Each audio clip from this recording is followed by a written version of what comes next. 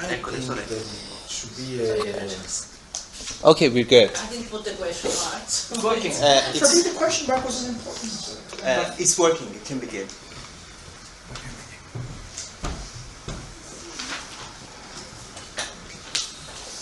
Welcome, everybody. We have today, when you sit, I can start, but somebody has to close the door, please. But we lack the chairman. I like the chairman, but that's his problem. Do you want to be chairwoman? No, I will just tell him at what time we started when he comes back. So. So he will not be in the movie. Tell me when I can begin again.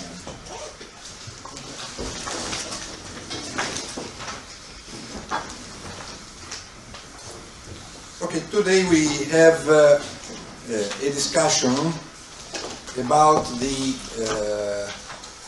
question if we are living or not a third crisis of economic theory.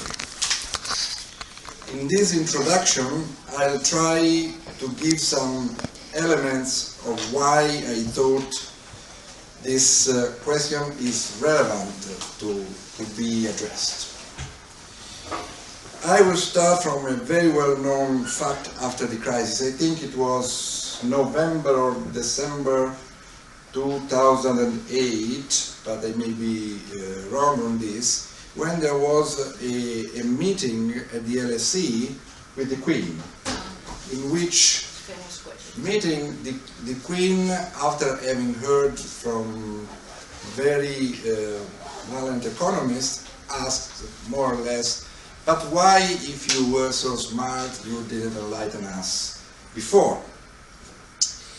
Actually, the fact that there has been a crisis, a capitalist crisis, revealing also a crisis of economic theory, at the time, almost everywhere except Italy, was quite a very well-known fact. Even the economists recognized that.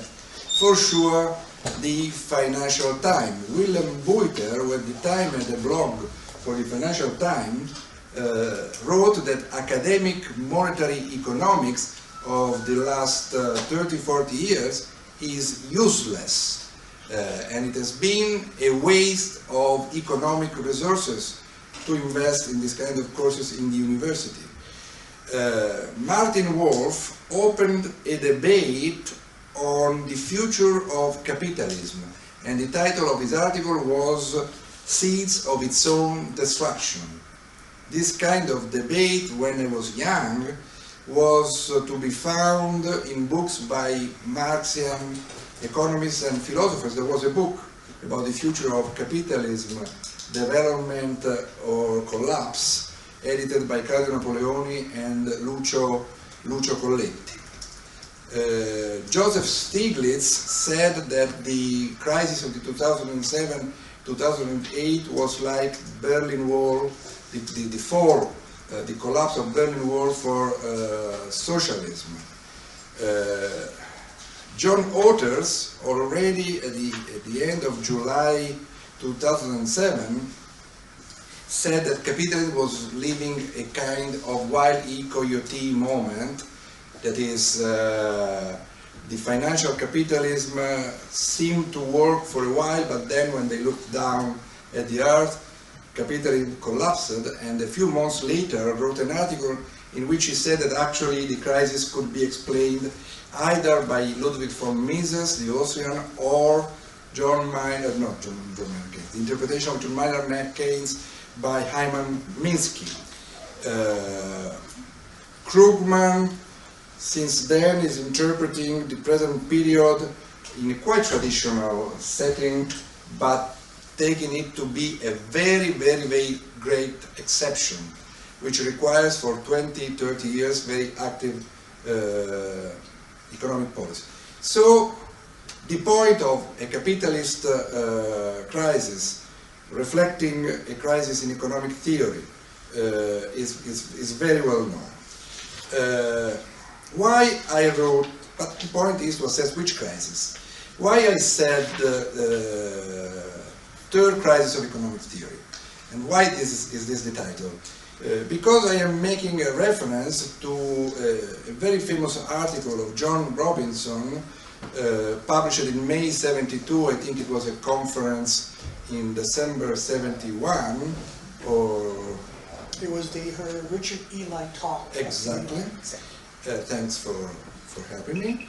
And in the American Economic Review, the point was that there's been a first crisis of the mainstream in the 30s, leading to John Maynard Keynes' criticism. At the time, the problem was the level of output and the level of employment. What determines that? The point is that since the mid-60s at least, according to John Robinson, we were living a second crisis, which had to do with the composition of output, the composition of employment. It was a crisis due to the lack of a theory of distribution, but clearly if you read the article, you understand that the problem was also affecting production. And she blamed for this the Keynesians.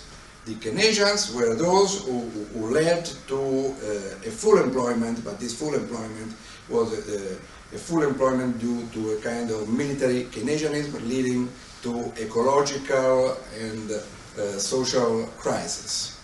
This article by John Robinson was in the middle of a series of articles published in the most important journals.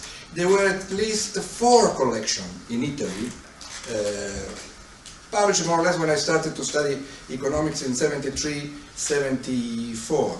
I named them because some of the students here read Italian. One was Mariano D'Antonio, La crisi post-keynesiana. There you find an article by Leontiev, March 71, American Economic Review, one by Phelps Brown on development of Economic Journal, March 72, Nicholas Caldor, May 72, The Irrelevance of Equilibrium Economics. You had before, in American Economic Review, very strange, an article in the construction of the URPE, Union of Radical Political Economics, connected with the social movements, the movement against the Vietnam War, etc. The title is The Teaching of Economics, a Radical Approach, Basis for a New Curriculum. I repeat, American Economic Review, May 70. There was Michael Leibovitz, Science and Society, The Crisis of Economic Theory, but it was later Science and Society. It was winter 73, 74. But in the family, we have on Kyklos an article by Oscar Morgenstern. He has another one, I think, in the Journal of Economic Literature, both 72. We have an article of Gunnar Myrdal. In the same period, an article by Robert Solow. So, for those who know, these are the big names. These were the big journals. There were two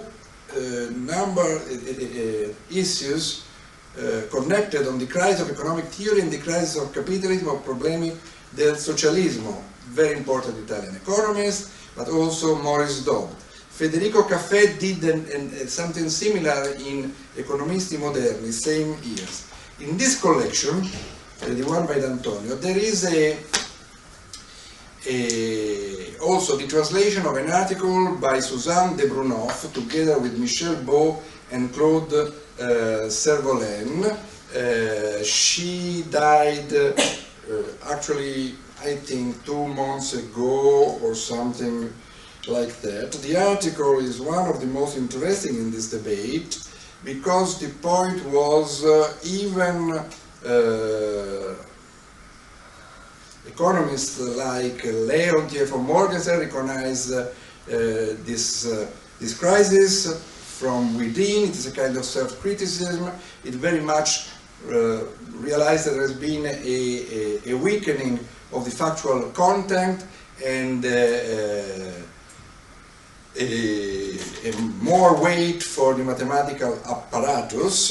There is the internal criticism, they call it, of John Robinson, but there is an external criticism like the one of the radical economists. They say that the point is to understand of which crisis of the economic profession we are talking about. A first approach is to say that economics as it is, or economic theory as it is inadequate to understand the problematic, the difficulty, the crisis of contemporary capitalist society. The second approach was to say that economic theory is unable to understand new problems, like ecology, etc. The third approach, in which they recognize themselves, was to question the economic science itself. And they adhere to this and say that there is a political point in that the economists not only have to understand, but have to criticize the object of their knowledge.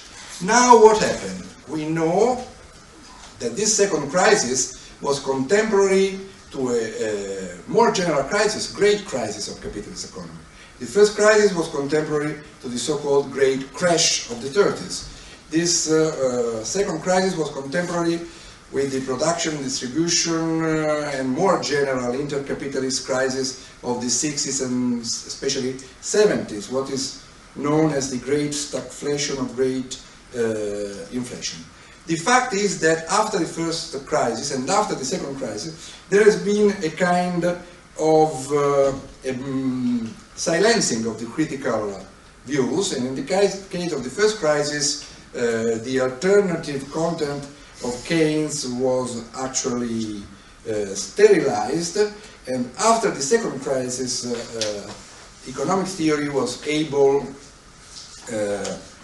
to change its course.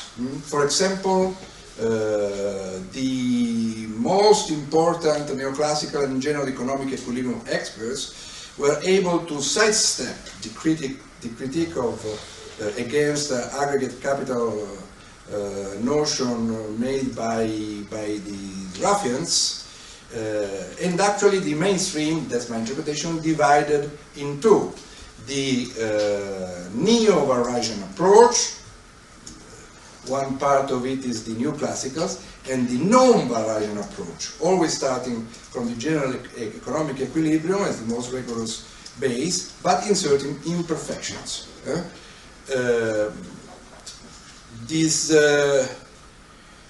In my life, I've been a lot of complaints by the students on the state of economic theory and economics. Of course, this was also during the second crisis, the student movement.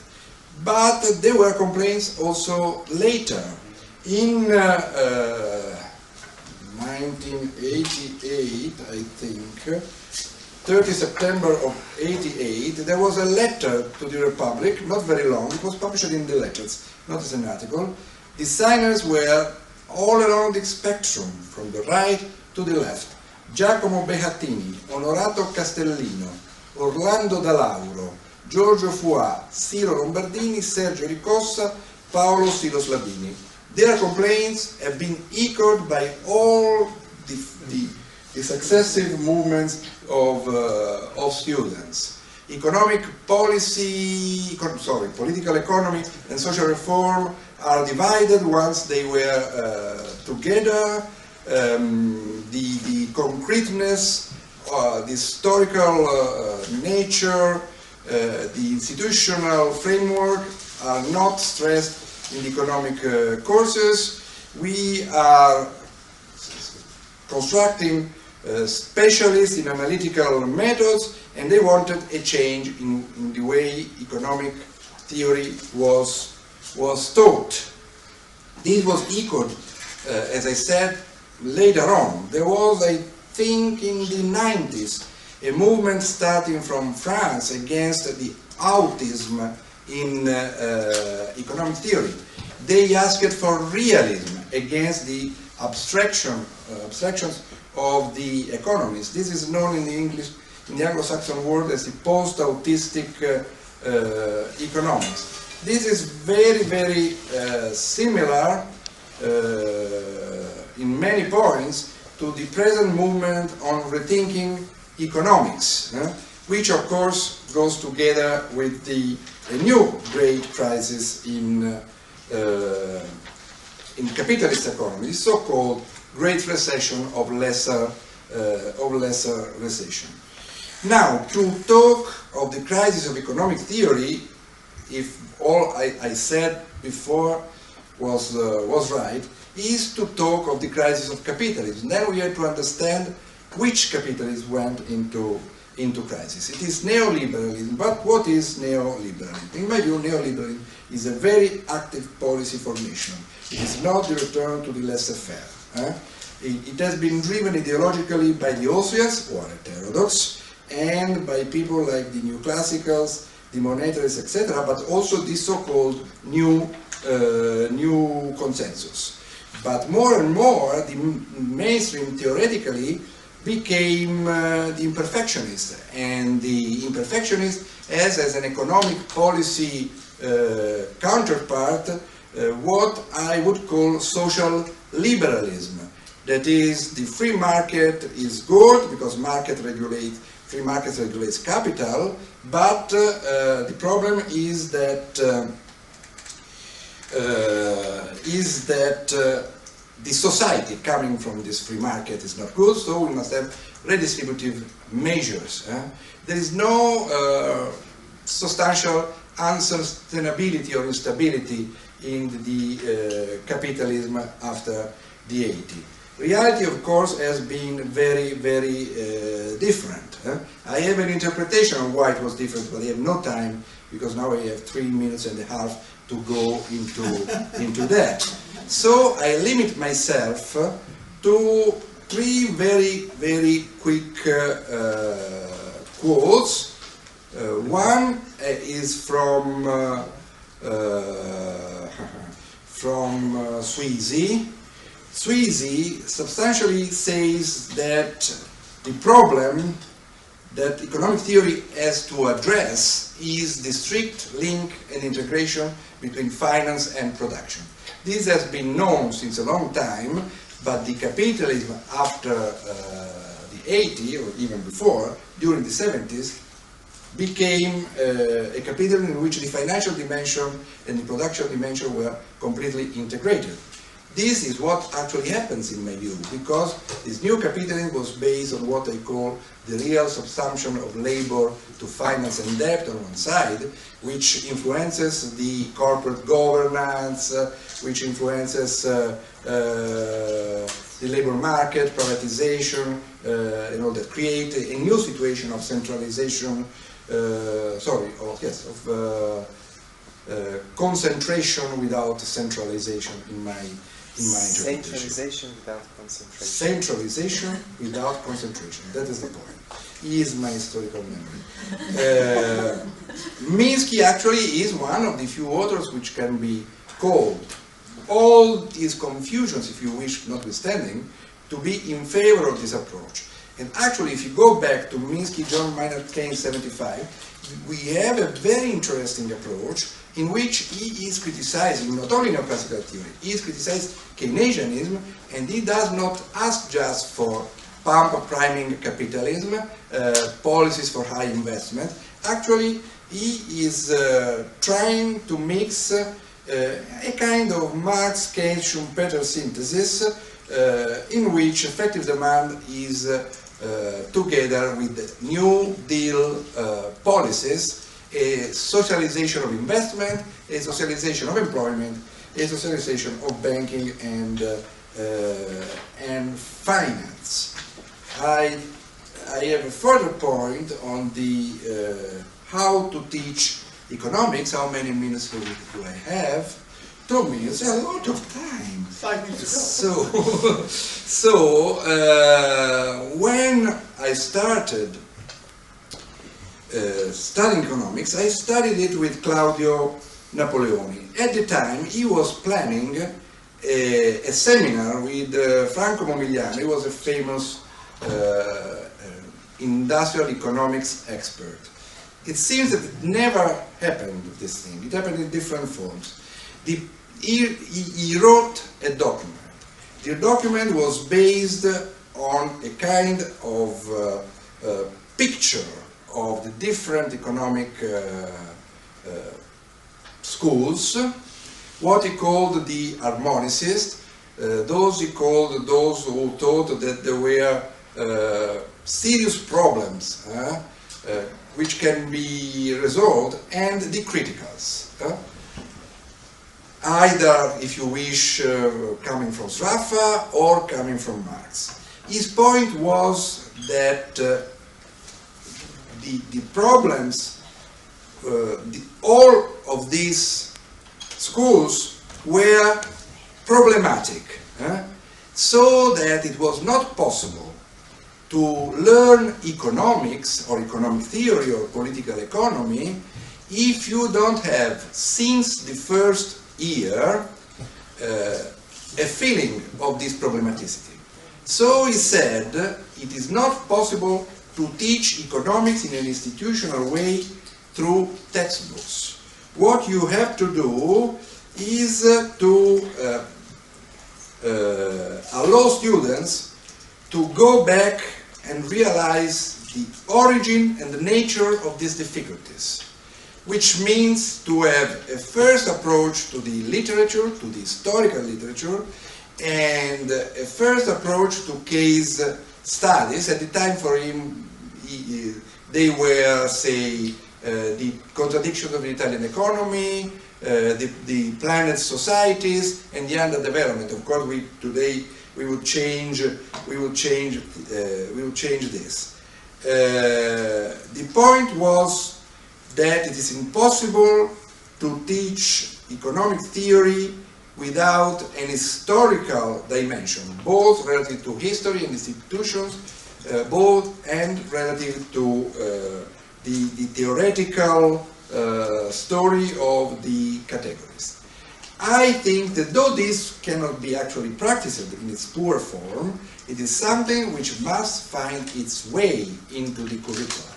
And I must confess, and I end on this critical note, I am not very happy with the catchword pluralism, because the request from pluralism by rethinking economics is just actually asking to have a voice in the courses and in the debate. But this voice will always be marginal, because power matters. The point is to ask this, but also to ask that we recognize the plurality of economic theories, which are fighting one against the other in a problematizing way. That is, nobody has the truth. Every theory needs to be developed, needs to deal.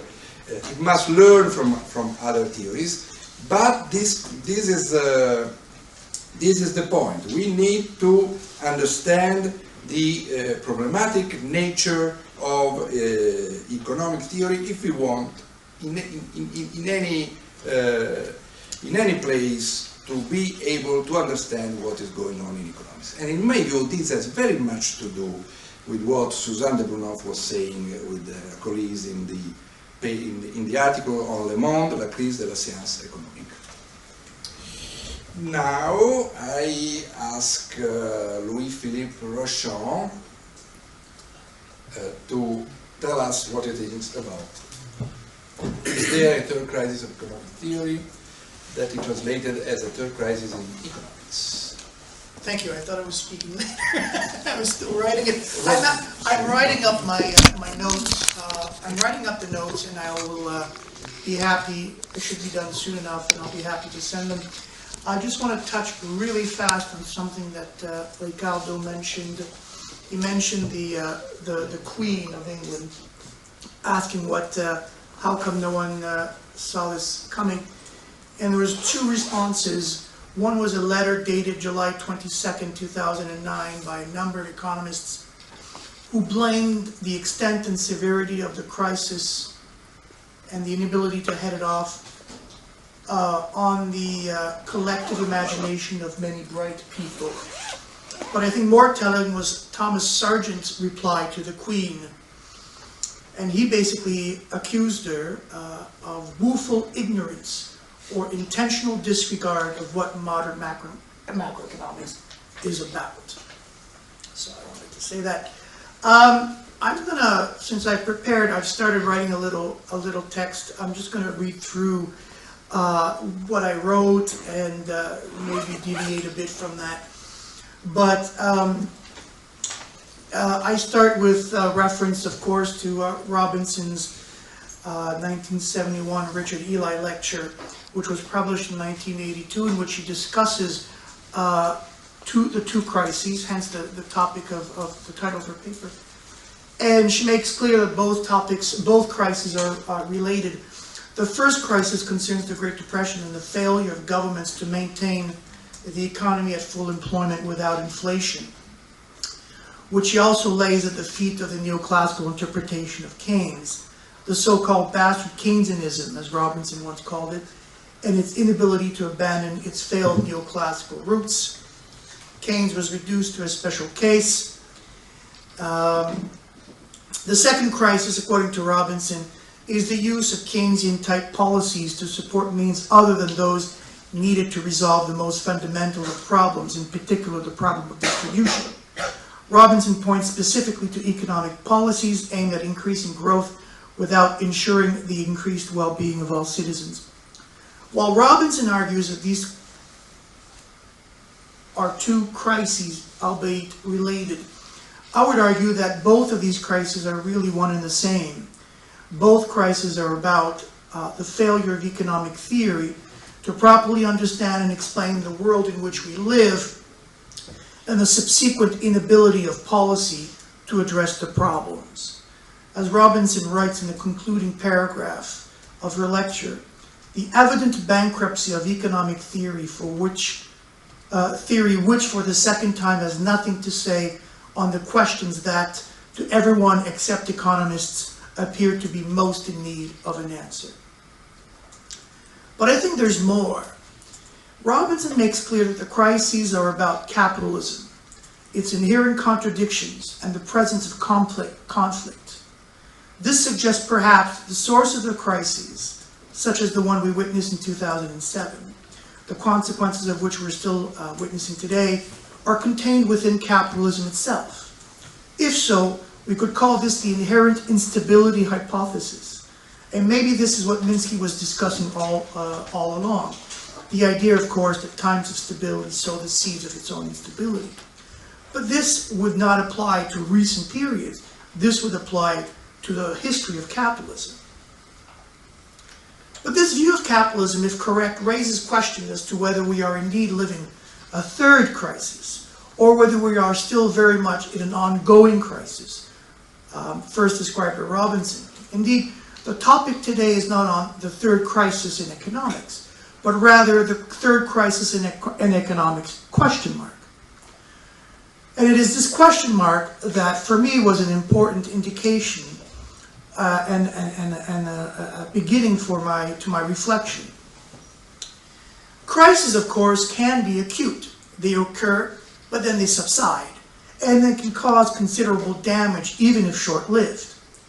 But such crises are often or usually caused by external shocks, which may, of course, be severe. But the shock is external to the system, which means, by definition, we have very little control over it. But it does mean that the system itself is otherwise sound, and except for some external shock, there is no need to reform. It also means that the economic policies themselves are sound.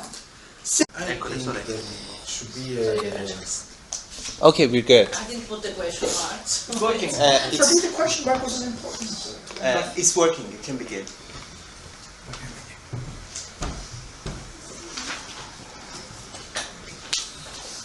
Welcome, everybody. We have today, when you sit, I can start. But somebody has to close the door, please. But we lack the chairman. I elect the chairman, but that's his problem. Do you want to be chairwoman?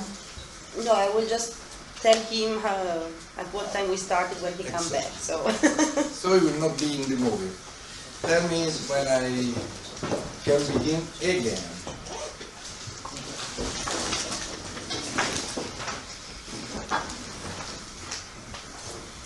Okay, today we have a discussion about the question if we are living or not a third crisis of economic theory. In this introduction, I'll try to give some elements of why I thought this question is relevant to be addressed. I will start from a very well-known fact after the crisis. I think it was November or December 2008, but I may be wrong on this, when there was a meeting at the LSE with the Queen, in which meeting the Queen, after having heard from very violent economists, asked more or less, but why, if you were so smart, you didn't enlighten us before? Actually, the fact that there has been a crisis, a capitalist crisis, revealing also a crisis of economic theory, at the time, almost everywhere except Italy, was quite a very well-known fact. Even the economists recognized that. For sure, the Financial Times. Willem Buiter, who at the time had a blog for the Financial Times, wrote that academic monetary economics of the last 30-40 years is useless, and it has been a waste of economic resources to invest in this kind of courses in the university. Martin Wolf opened a debate on the future of capitalism, and the title of his article was Seeds of Its Own Destruction.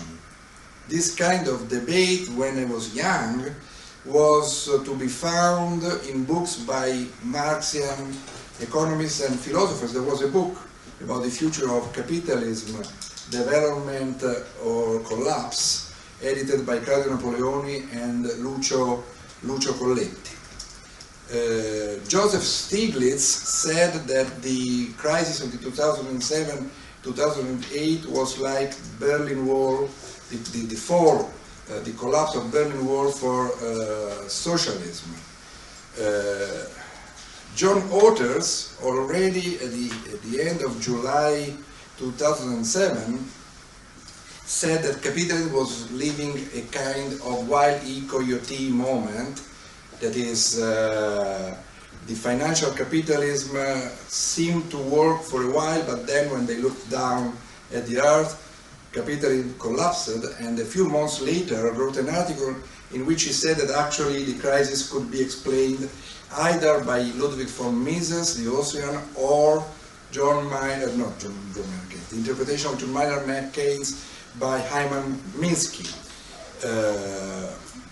Krugman, since then, is interpreting the present period in a quite traditional setting, but taking it to be a very, very, very great exception, which requires for 20, 30 years very active economic policy. So, the point of a capitalist crisis, reflecting a crisis in economic theory, is very well known. Why I wrote, but the point is to assess which crisis. Why I said third crisis of economic theory, and why is this the title? Because I am making a reference to a very famous article of John Robinson, published in May 72. I think it was a conference in December 71, or... It was her Richard Eli talk. Exactly. Thanks for helping me. And in the American Economic Review, The point was that there's been a first crisis of the mainstream in the 30s, leading to John Maynard Keynes' criticism. At the time, the problem was the level of output and the level of employment, what determines that.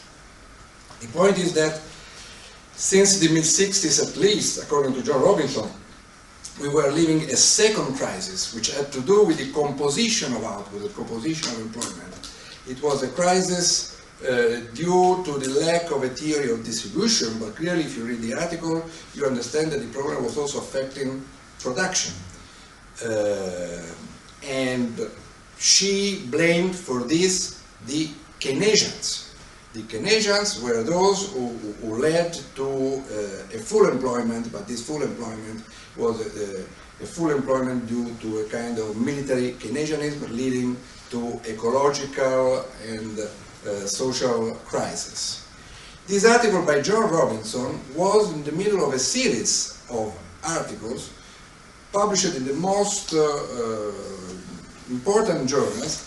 There were at least 4 collections in Italy, published more or less when I started to study economics in 73, 74. I named them because some of the students here read Italian. One was Mariano D'Antonio, La crisi post-keynesiana.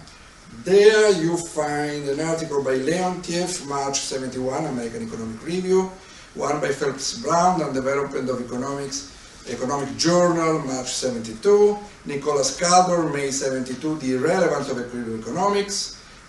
You had before, in American Economic Review, very strange, an article in the construction of the URPE, Union of Radical Political Economics, connected with the social movements, the movement against the Vietnam War, etc. The title is The Teaching of Economics, a Radical Approach, Basis for a New Curriculum. I repeat, American Economic Review, May 70. There was Michael Leibovitz, Science and Society, The Crisis of Economic Theory, but it was later Science and Society. It was winter 73, 74. But in the family, we have on Kyklos an article by Oscar Morgenstern. He has another one, I think, in the Journal of Economic Literature, both 72. We have an article of Gunnar Myrdal. In the same period, an article by Robert Solow. So, for those who know, these are the big names. These were the big journals.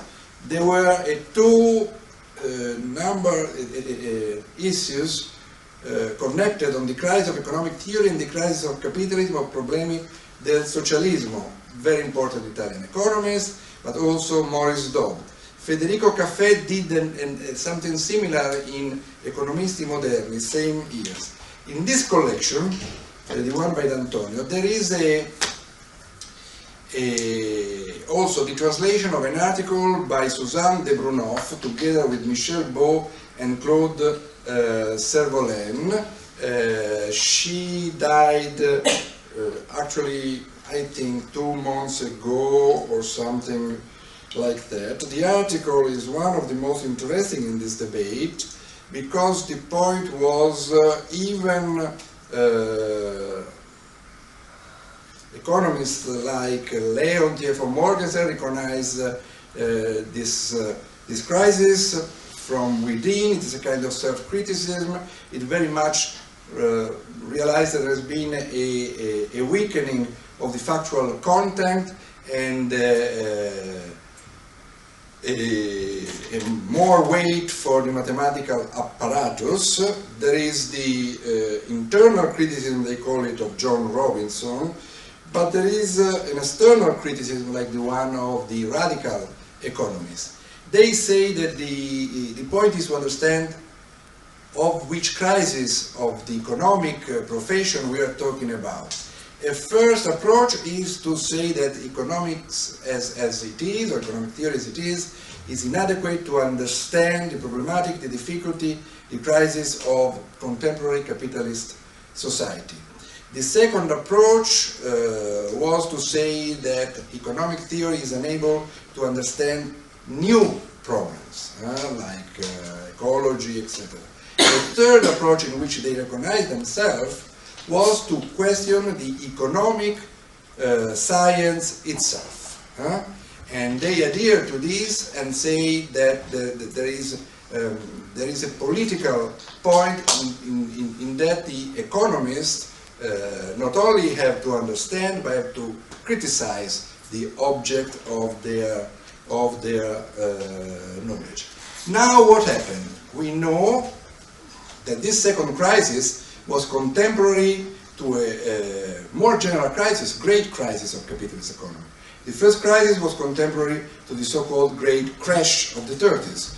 This second crisis was contemporary with the production, distribution, and more general intercapitalist crisis of the 60s and especially 70s, what is known as the great stagflation of great inflation. The fact is that after the first crisis and after the second crisis, there has been a kind of silencing of the critical views, and in the case of the first crisis, the alternative content of Keynes was actually sterilized, and after the second crisis, economic theory was able to change its course. For example, the most important neoclassical and general economic equilibrium experts were able to sidestep the critique of against aggregate capital notion made by the ruffians, and actually the mainstream, that's my interpretation, divided in two. The neo-Varasian approach, one part of it is the neoclassicals, and the non-Varasian approach, always starting from the general economic equilibrium as the most rigorous base, but inserting imperfections.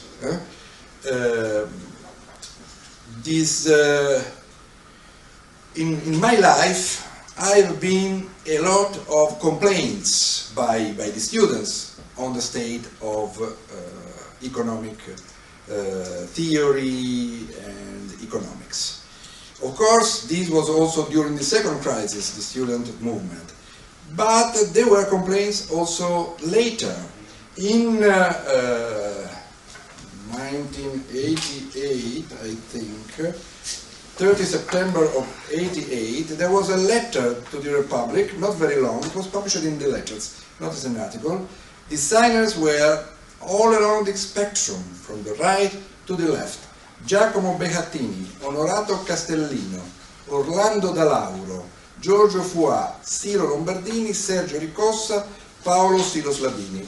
Their complaints have been echoed by all the successive movements of students. Economic policy, political economy and social reform are divided once they were together.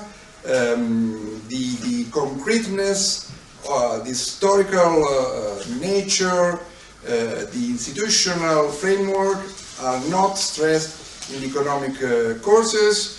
We are constructing specialists in analytical methods, and they wanted a change in the way economic theory was taught. This was echoed, as I said, later on. There was, I think, in the 90s, a movement starting from France against the autism in economic theory. They asked for realism against the abstractions of the economists. This is known in the English, in the Anglo-Saxon world, as the post-autistic economics. This is very, very similar in many points to the present movement on rethinking economics, which of course goes together with the new great crisis in capitalist economy, the so-called Great Recession of lesser recession. Now, to talk of the crisis of economic theory, if all I said before was right, is to talk of the crisis of capitalism. Then we have to understand which capitalism went into crisis. It is neoliberalism, but what is neoliberalism? In my view, neoliberalism is a very active policy formation. It is not the return to the laissez-faire. It has been driven ideologically by the Austrians, who are heterodox, and by people like the neoclassicals, the monetarists, etc., but also the so-called new consensus. But more and more, the mainstream theoretically became the imperfectionist, and the imperfectionist as an economic policy counterpart what I would call social liberalism. That is, the free market is good because free market regulates capital, but the problem is that the society coming from this free market is not good, so we must have redistributive measures. There is no substantial unsustainability or instability in the capitalism after the 80s. Reality, of course, has been very, very different. I have an interpretation of why it was different, but I have no time, because now I have 3 minutes and a half to go into that. So I limit myself to 3 very, very quick quotes. One is from Sweezy. Sweezy substantially says that the problem that economic theory has to address is the strict link and integration between finance and production. This has been known since a long time, but the capitalism after the 80s, or even before, during the 70s, became a capitalism in which the financial dimension and the production dimension were completely integrated. This is what actually happens in my view, because this new capitalism was based on what I call the real subsumption of labor to finance and debt on one side, which influences the corporate governance, which influences the labor market, privatization, that create a new situation of centralization, concentration without centralization in my interpretation. Centralization without concentration. Centralization without concentration. That is the point. He is my historical memory. Minsky actually is one of the few authors which can be called, all his confusions, if you wish, notwithstanding, to be in favor of this approach.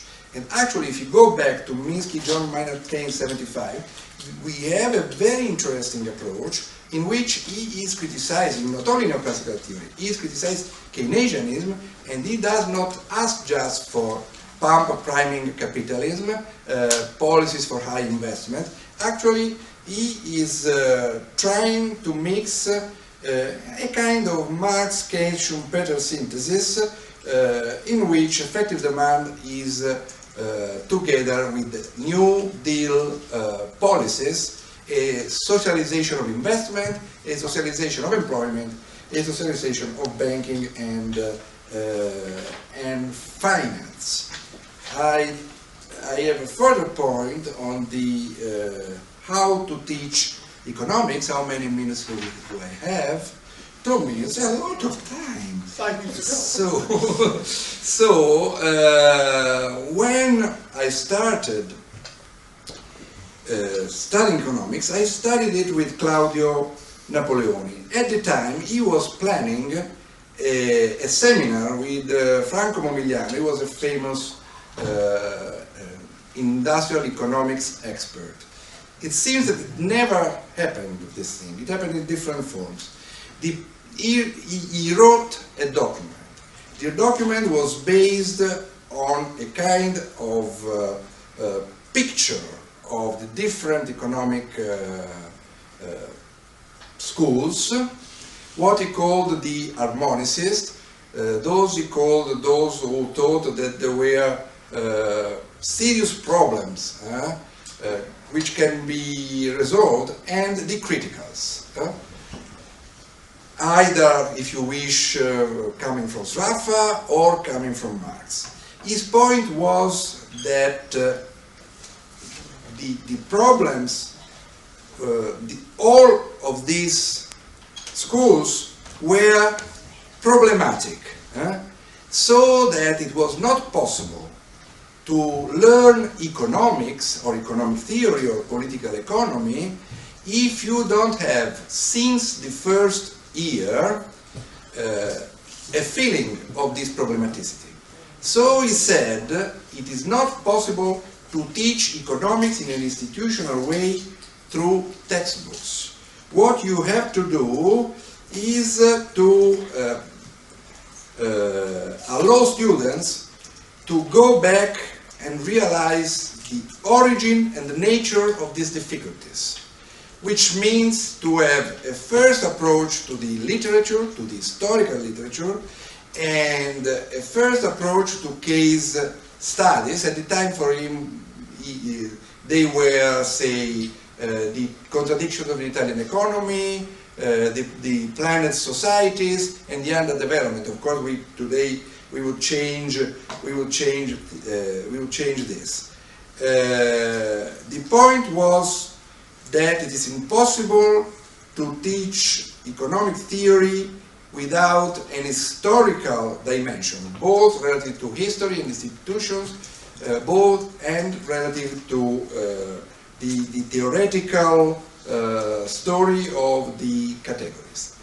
I think that though this cannot be actually practiced in its pure form, it is something which must find its way into the curricula.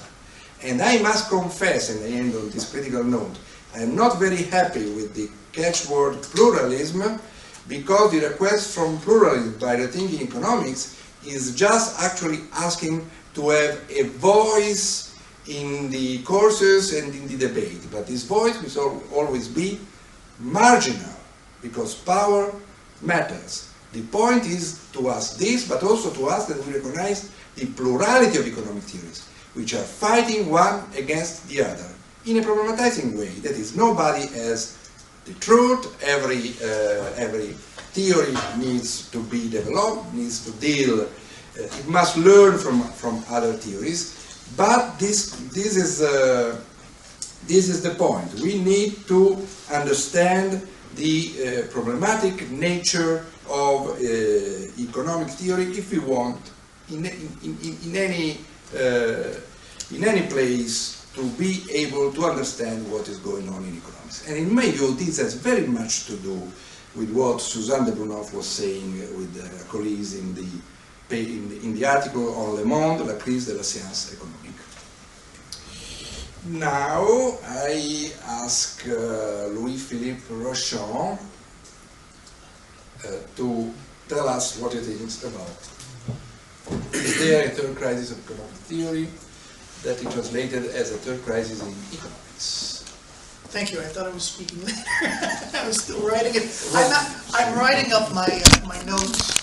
I'm writing up the notes, and I will be happy. It should be done soon enough, and I'll be happy to send them. I just want to touch really fast on something that Riccardo mentioned. He mentioned the Queen of England, asking how come no one saw this coming.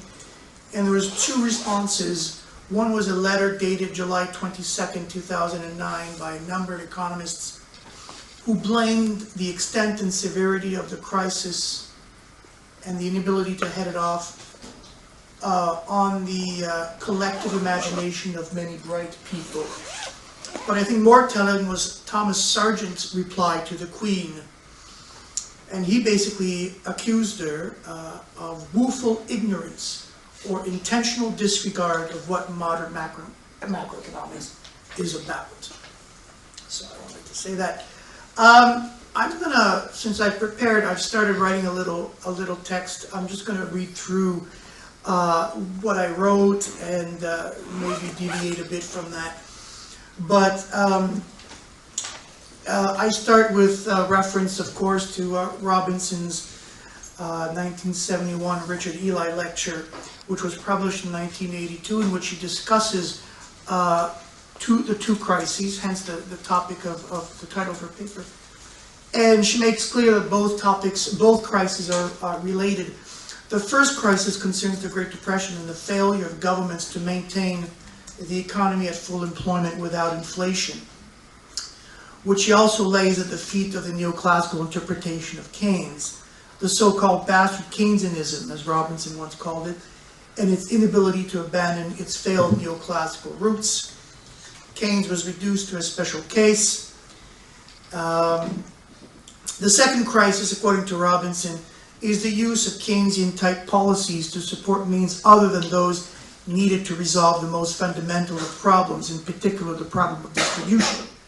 Robinson points specifically to economic policies aimed at increasing growth without ensuring the increased well-being of all citizens. While Robinson argues that these are two crises, albeit related, I would argue that both of these crises are really one and the same. Both crises are about the failure of economic theory to properly understand and explain the world in which we live, and the subsequent inability of policy to address the problems.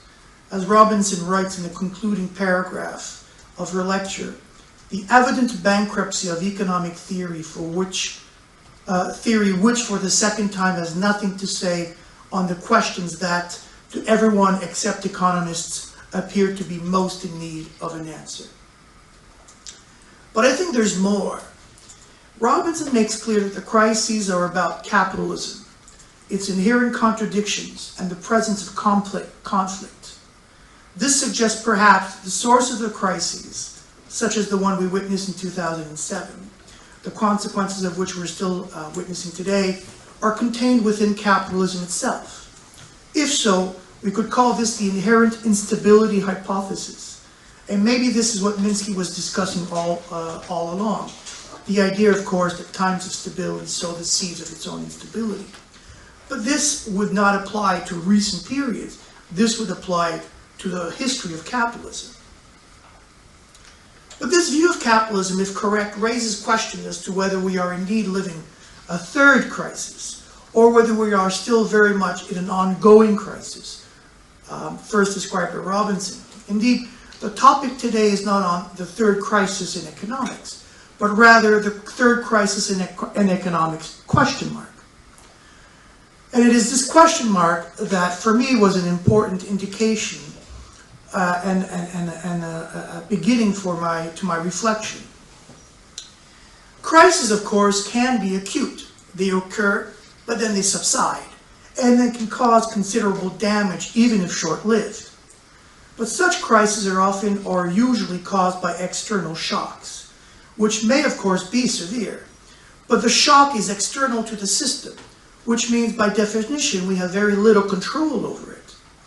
But it does mean that the system itself is otherwise sound, and except for some external shock, there is no need to reform. It also means that the economic policies themselves are sound. Since the crisis subsides, we then return to the same policies, since they have been exonerated from all blame. The pre-crisis policies post-crisis. Once the shock happens, however, the system is temporarily made unstable. But it eventually returns to some sort of stability until another external shock occurs. This is pretty much, I would say, the neoclassical or the mainstream interpretation of the 2007 crisis. It was caused by some large, albeit catastrophic external shock, which subsided within a few years, at which time everything simply returned to normal or to equilibrium. As proof, in the US, many pundits are now claiming that the economy is back to full employment. Within this context, within the logic of this interpretation, nothing needs to be done except to ride the wave. The appearance of stability, which happens a few years later, simply confirms this view that the shock was indeed external. But this approach ignores the whole development of finance in the recent literature on financialization and a number of other literature articles that heterodox economists have developed over the last 10 years or so. Of course, the problems of finance are not new, and this is precisely my point. Periodically, the excesses of finances rise to the top. For example, we need to read Keynes or Hilferding to read about warnings about the problems of finance and financialization. This does not, of course, the neoclassical interpretation of the crisis does not diminish the problems of it. Krugman called it the dark age of macroeconomics. But it does raise the problem that to see the crisis as something that is temporary does diminish the emphasis on the problems. Let's consider another scenario, one that is far more ominous in nature. The idea that crises are not an acute phenomenon, but rather deep-seated and have to do more with the nature of capitalism, its structural and institutional composition. These are large questions that deserve a thorough analysis, one that I cannot do justice here today. But consider for a minute the possibility that the causes of the instability are not external, but are internal to the very system of production. Of course, this does not mean that we are always in a crisis. The system can prove to be quite stable and quite resilient. But it does mean that the possibility of a crisis is always present. And this is, I believe, the true nature of a Keynesian system: fragility and possible instability. This interpretation raises a number of key questions. What are the causes of this continuing crisis? What policies can we adopt to end the crisis? And of course, can we put an end to the crisis? I can't discuss all these questions today, but I do want to touch upon the third question. Can we put an end to the crisis? And the answer, I think, is no, we can't. I think we must accept the idea that the capitalist structure in which we live is here to stay. I guess this is what makes me Keynesian and not a Marxist or a Marxian. But I think that we can hope to be able to adopt the proper policies to at least mitigate the possibility of another crisis. But this would require considerable change nonetheless. I think it would begin with the way we see economics, and the movement that Riccardo was referring to, rethinking economics, or les économistes atterrés, or the post-statistic society, are a starting point. But unfortunately, this is a difficult road to go down. We have to consider the sociology of the profession. The profession has gotten considerably more narrow, considerably more closed, and any possibility, if you compare, for example, the aftermath of the Great Depression and the aftermath of the Great Recession, there was a very different, I think, reaction within the profession. We can say whatever we want about the neoclassical synthesis, but there was at least some intellectual openness towards some sort of policy intervention, Keynesian or bastard Keynesian. In 2007, there was a brief acknowledgement of the return of the master, to quote Skidelsky, but the profession quickly closed itself around the idea that any dissent is not tolerated. The idea of a bankruptcy of economic ideas that John Robinson referred to is certainly one that we should take seriously, and it is applied to the way the profession is built. There is a real crisis in the profession at large and its inability to accept dissenting voices, and that leads to the inability to innovate, inability to change the capitalist system. And for me, this third crisis is just an ongoing crisis of capitalism. I've become very pessimistic over the last 5 years or so about the ability for the profession to change, and the subsequent ability to make really real progress in economics and economic policy. So I think that we are in sort of this continuous crisis, third or otherwise, but this continuous crisis. Thank you. Thank you very much. 14 minutes sharp. Now, as in the original program, Malcolm Sawyer. Okay. Thanks very much.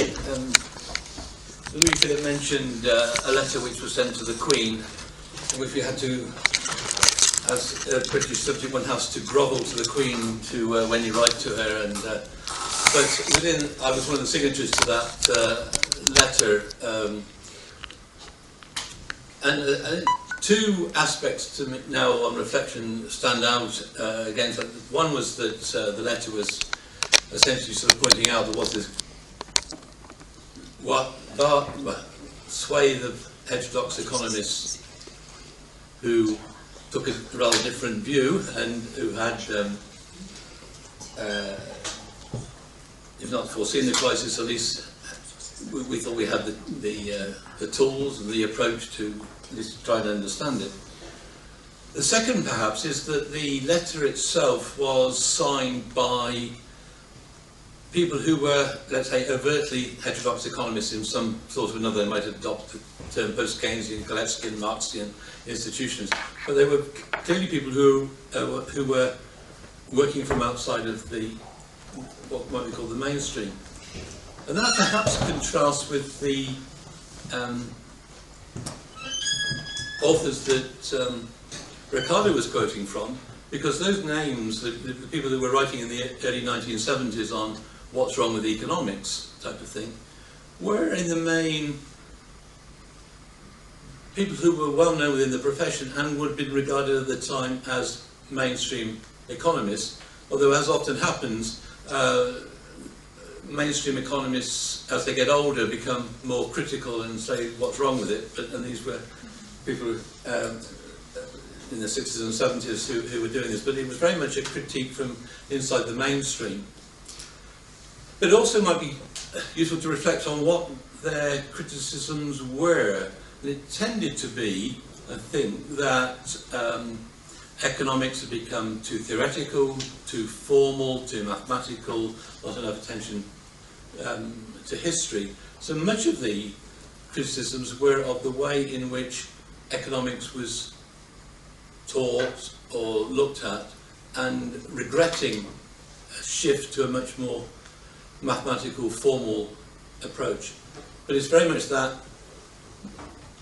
in one part, mathematical, formal approach which has then carried the day afterwards and has continued. But also I think we could reflect on the sort of changes which have taken place within inside economics, because whilst there is now a group who could be called heterodox, there's a group which is called mainstream. There were before a group of relatively applied, relatively real-world type economists who would not be particularly heterodox, wouldn't particularly mainstream. I often think of the experience I had in the way that industrial economics is now approached, and which I started off to some extent being an industrial economist. Now industrial economics is game theory, and relatively abstract models and so on of how behave. Whereas when I started, industrial economics would be often quite descriptive, looking at how particular industries work, how they were structured, who were the important companies there, did they operate subject to economies of scale or not. So it was a very much more applied discipline. Now you might want to say, looking behind that, what were the motivating forces behind it? But one of the, I think this has been one of the perhaps major change, well, developments that has gone on since the 1970s, the extent to which there has been not only just a mathematicalization, but a much more emphasis on optimization and full information type of approaches, and that has taken them away in many other respects as well from the real world.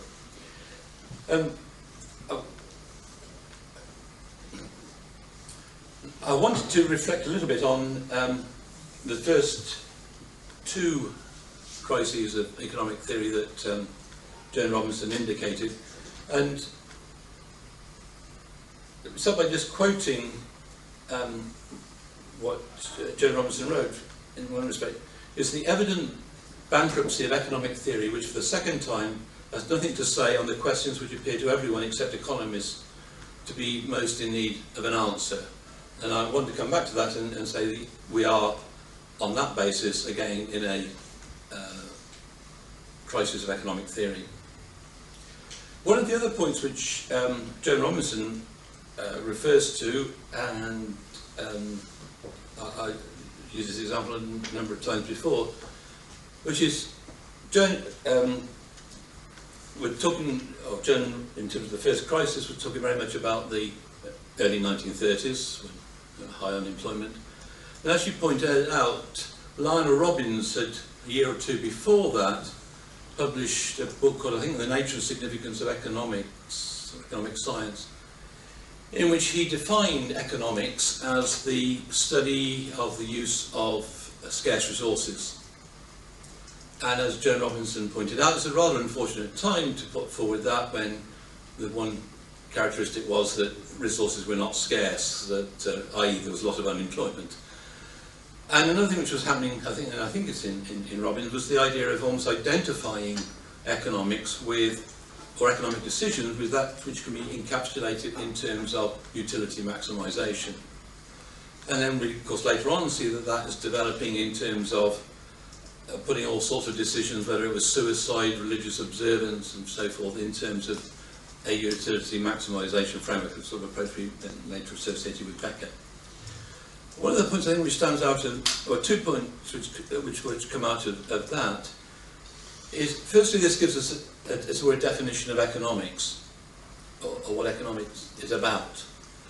And a few weeks ago I did look back at what's on the American Economic Association website in terms of how they define economics, and again they echo very much that Robbins definition about the use of scarce resources.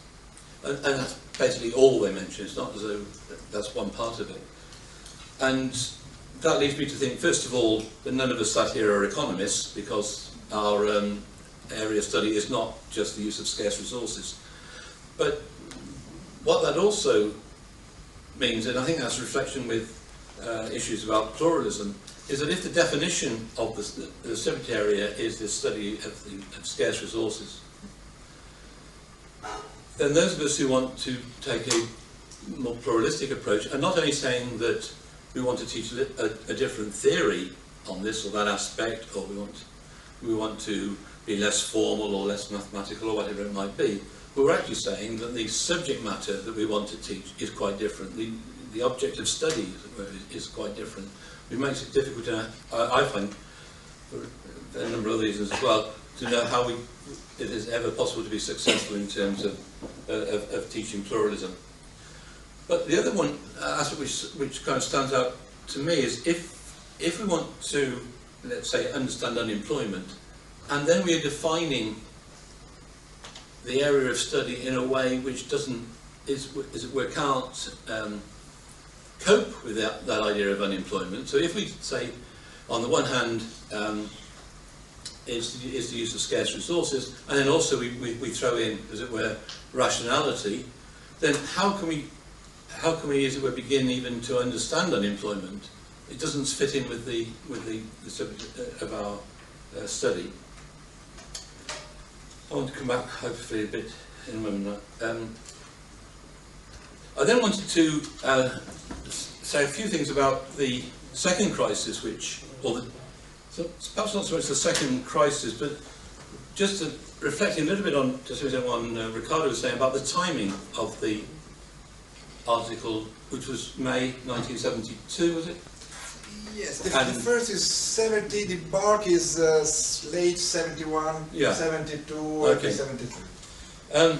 Well, I lived through that period, as it were. And what I reflect is, firstly, that article actually came out really before what then turned into what was evidently the crisis. The crisis of stagflation, at least in the UK, a near financial collapse as well, and a period of much higher unemployment than had previously been experienced. So, and it was really in the 1970s, from about 73, 74 onwards, partly at the time of the oil crisis, oil price rise and so on, that what would be regarded as a crisis of capitalism, I think, occurred. Although prior to that, in the late 1960s, it came to be, there was particularly rising inflation, there was particularly student protests. I was at the London School of Economics at the time, and we had sit-ins in 1967 and 1968. Some of it was associated with protests about going to the Vietnam War, others were protests about the way in which the institution was being run and how more student involvement. So there was a sort of build-up, I suppose, of, particularly in the economic terms, the emergence of inflation. Now, that, I suppose this could be seen in terms of what others saw as the crisis in economic theory, was it was a crisis of Keynesian economics. And the idea that Keynesian economics could, on the one side, really couldn't cope with understanding inflation, which I think actually was wrong, but that was the perception. And then the crisis of Keynesian, what was seen as Keynesian fiscal policies. So I think we might at some point want to almost discuss what was the nature of the crisis in the late 60s, early 1970s, and what crisis of what theory. So if we look at what happened afterwards, then it was the rise of initially monetarism, then the rise of new classical macroeconomics and so forth. So rather oddly, although there was a crisis of unemployment and stagflation in the 1970s, the response of economic theory, in a way, was to develop, reinforce a theory which denied the existence of unemployment again. And so it's one of these sort of strange responses, in a sense. So that I think one could say there was a crisis in the capitalist economies, which one could say came much more after Robinson spoke. There was beginnings of a build-up of a crisis over economic theory, but that was viewed as a crisis, I think, more of Keynesian economics rather than mainstream economics. If we work on to the third crisis, I think I want to argue, well, firstly, if we pick up the quote which Joan Robinson had, the evident bankruptcy of economic theory, linked to say on the questions which appear to everyone except economists appear to be most in need of an answer. I'm sure between us we can have quite different views about what are the questions which appear to be most in need of an answer. I would just put down three, not so much questions, but perhaps three almost crises which are there in the world, and just think, does mainstream economic theory have anything to say about them? And the three I wrote down was a crisis of inequality, an environmental crisis, and to some degree financialisation and the growth of the power of the financial sector and the associated financial crises which go along with that. Recalling that not only has there been obviously the crisis of 2008, but there have been many crises over the last 30, 40 years, a financial crisis. So if we took those sort of three as some of amongst the major questions which are to be addressed, but then we could reflect, first, is economic theory and the way it is proceeding able to confront those issues. I think firstly we could say that most, but not all, of mainstream economics says very little about them. I mean, okay, particularly inequality. We could argue about a bit about environment, but also whether the way in which the theory is framed and constructed, whether it can say anything very useful about why there's inequality, how it arises, how far can it cope with looking at issues of environmental and climate change. I think what I would want to argue there, at least in the form of, the form which much of mainstream economic theory takes, and that is a theory based upon what I always think of as methodological individualism, for example, for a whole variety of reasons cannot cope with those. So there's that, seems to me, that sort of crisis. The second type of, I think, crisis is the extent to which mainstream economics has just become theology, I suppose one could say. It's self-referential, and so just has its own internal momentum in terms of what it seeks to questions it seeks to answer and so on, but it doesn't have any real engagement with what might be the real world. One of the very worrying, I think, features in this respect is just to reflect upon, firstly, does mainstream economics view itself as in any sense being in crisis? Possibly back in early 2009 it might have done, but one doesn't get really any sense that mainstream economists in any sense think that their economic apparatus, their economic analysis is any sort of crisis, that they feel that it can contribute to understanding the world and to propose sort of relevant policies and so forth, or if that policy is no policy. And part of the sort of particularly worrying, or at least a aspect of worrying is the degree to which mainstream economics has become rather intolerant. The particular way it impacts upon me is being through, we have in the UK it used to be called a research assessment exercise, and now a research excellence framework in which our research is judged, and then we're given points, and from those points they're totted up, and then that determines how much research money our department and university is going to get. You then start to look at how our work is judged. Well, do we publish in mainstream journals? So our work isn't evaluated in terms of its value. It isn't judged in terms of whether it's competent or not. It's judged whether it's published in mainstream journals using mainstream tools to answer mainstream questions. And so that intolerance is sort of driving out. So what we have, I think, is a system of thought which in some sense just kind of feeds on itself and is not able to in any way almost comprehend what is happening outside of that. So my the brief answer to the question is economic theory, at least mainstream economic theory, does not itself see it to be in crisis, but that is in part because it is only trying to answer certain questions and to use the tools which they've already developed.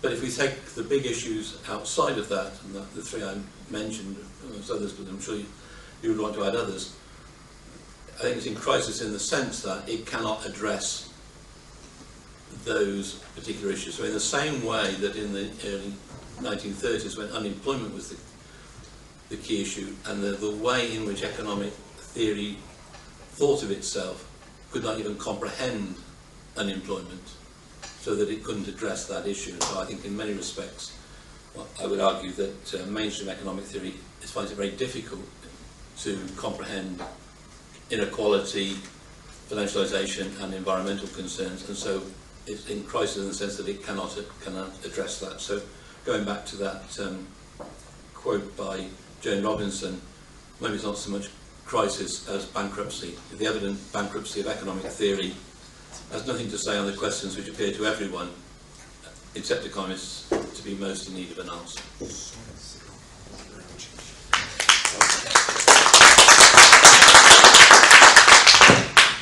I'm not sure I presented our speakers properly. After Malcolm Sawyer from Leeds, he has been many times professor at the University of Leeds. Now we have Louis-Philippe Rochon, who is the editor of the Review of Keynesian Economics and is teaching at Laurentian University in Canada, just nearby his home. You live in Toronto and it is 4 hours driving To my university? yes.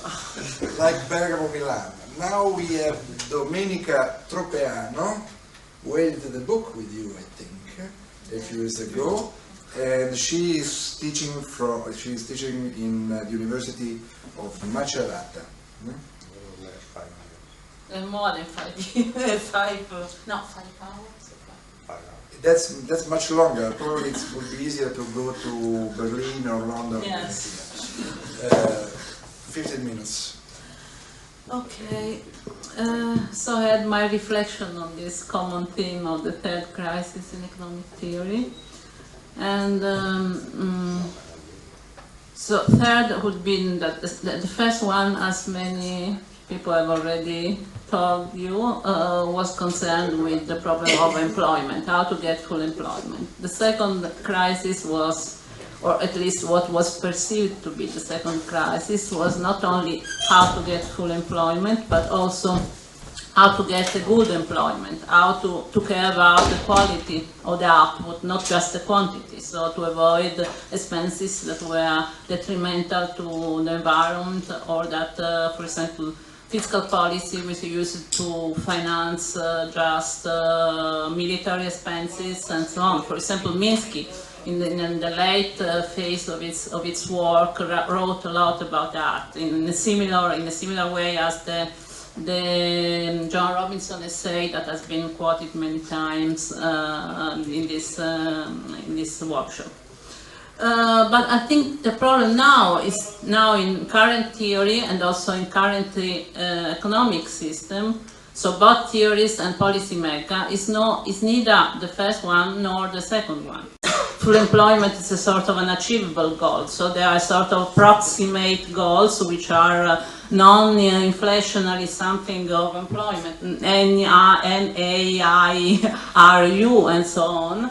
So nobody cares a lot about full employment because it's considered something which is difficult to achieve without, although inflation has disappeared, but in any case in textbook it's still there. And nobody cares a lot about, except non-mainstream economists, about the quality of employment, the quality of what is produced. What's about the problem of current economic theory is that both mainstream theorists and policymakers care only about the survival of the system. I mean, they just care about how to make the economic system go on in its current shape. And so the problem is no more with fiscal policy, because it's with monetary policy. So they know the system is a high financialized system. They know that it's subject to recurrent crises. These crises, financial crises, have become more frequent in the last 20 years. But at the beginning, they have happened only in emerging countries, for example, or in so, for example, the first big world crisis has been the Asian crisis. But Asian crisis was in another continent, neither in the US nor in Europe. And also it was Krugman, which is now one of the more liberal economists in the world, and he writes every day in a column in the New York Times and so on, complaining about current policy. He was one of those who told at that time that the Asian financial crisis was the result of corrupt capitalism. So Asian capitalism was different from the US one or from the Western one because it was just the result of corruption. That was the reason of the crisis, which this is actually very questionable. But in any case, the problem is not fiscal policy in any declination of it. So whether to spend to get full employment or to spend to get, for example, a better world and cleaner air and more equitable distribution of income. But it's just that this is not in the agenda anymore. This is the third crisis, I think. And at this point, I just quote, I agree with what our guest Riccardo and Joseph Valerio have written about the third crisis in economic theory, that the issue on which the third crisis in economic theory revolves has to do with the necessity to go deeper, much more than neo-Ricardians, Keynesian, and even post-Keynesian have done, into the study of the integration of finance and production. So I think it's very important for mainstream economists to understand how production and finance are linked in the current economy. Because the aim of theorists and also of policymakers is to make such intertwining, such entanglement of finance and production go on as it is. And for this, to this aim, the only tool available is monetary policy. It's no more fiscal policy. So we are, as many have written, in a central bank capitalism era. So what matters, what everyone is trying to foresee now is not what will the fiscal policy in the United States, which is still the leading country, be. Everyone is trying to guess when, to what extent, and if the Federal Reserve will raise interest rate. This is the main question everywhere. If you read finance journal, if you read political thing, this is the question. Nobody cares about whether the United States will make an expansive or a restrictive fiscal policy or such a thing, or which are the components of the expenditure, whether they are spending for armaments or for healthcare and so on. So I think if we want to challenge this problem, we have to study much more than we have done. And I think we mainstream economy, not non-mainstream economy, at least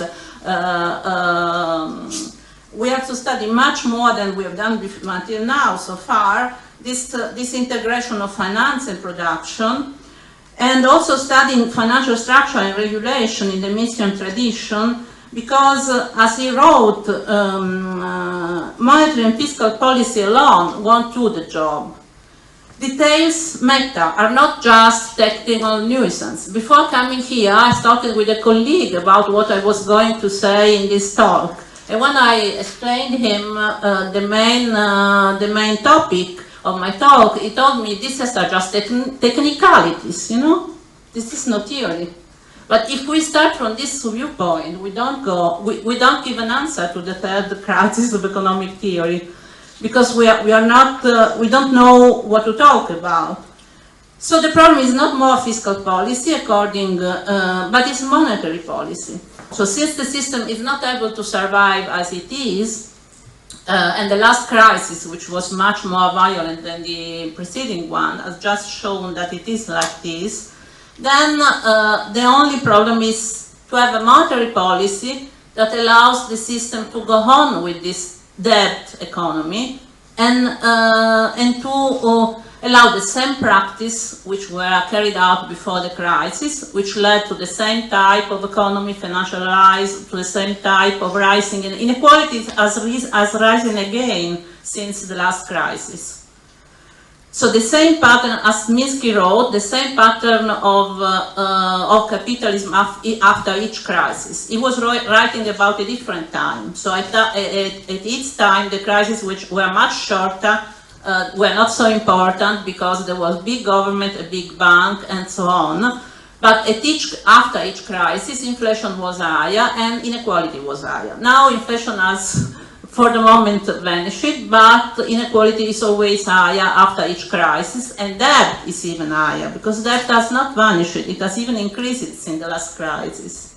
And why this has happened? It has happened just because the same regulation has changed not a lot, but the legislation is not so important as a sort of implicit governance at the world level, implicit transnational governance. There is no free market capitalism. This criticism of free market is so. I don't believe in free markets, but the economy in which we live is not free markets. They are, at least in financial market, are not free at all. In the sense, this financialized capitalism is not free market capitalism. A few big institutions have the power of setting the standards, changing accounting conventions, setting or manipulating the benchmarks, operating the trading venues. So stock exchange and even the new created clearing houses. So conflict of interest are everywhere, but nobody cares about that.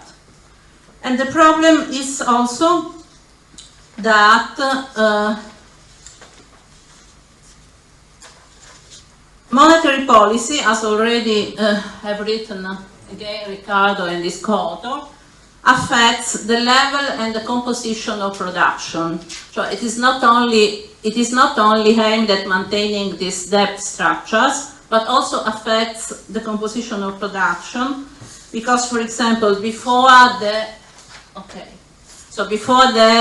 2007 big crisis, there was a real estate boom. This real estate boom in the US, for example, was possible also for the development of all this securitized product in the mortgage market and so on. After the last crisis, there has been the production of shale gas. The production of shale gas was possible because the prices rose a lot, and only at high prices this new technique of production was possible. But the price, it was linked also to financialization.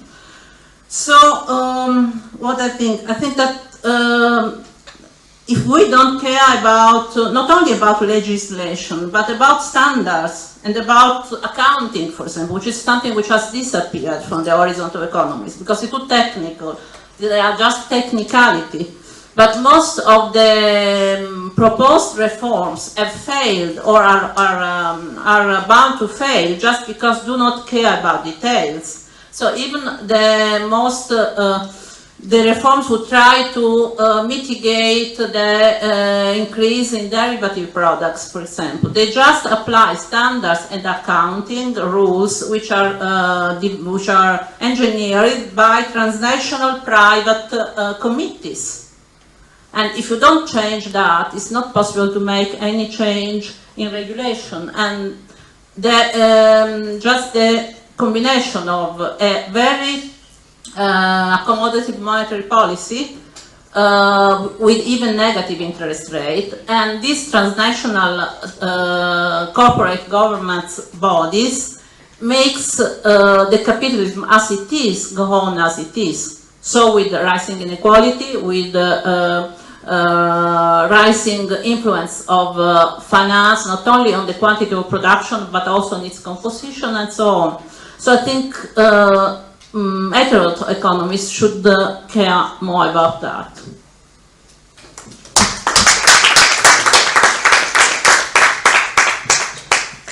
Okay, thanks Domenica, you saved 3 minutes. So my proposal is to have a break until 4:15 sharp. It's 18 minutes, so you can enjoy the university. And then, for those brave enough to stay here, I will. There will be an exam. No, I will open to the floor, Andrea. I'm talking also to you and to Nadia Garbellini. I will open to the floor for shorter speeches disguised as interventions. But please be short. Huh?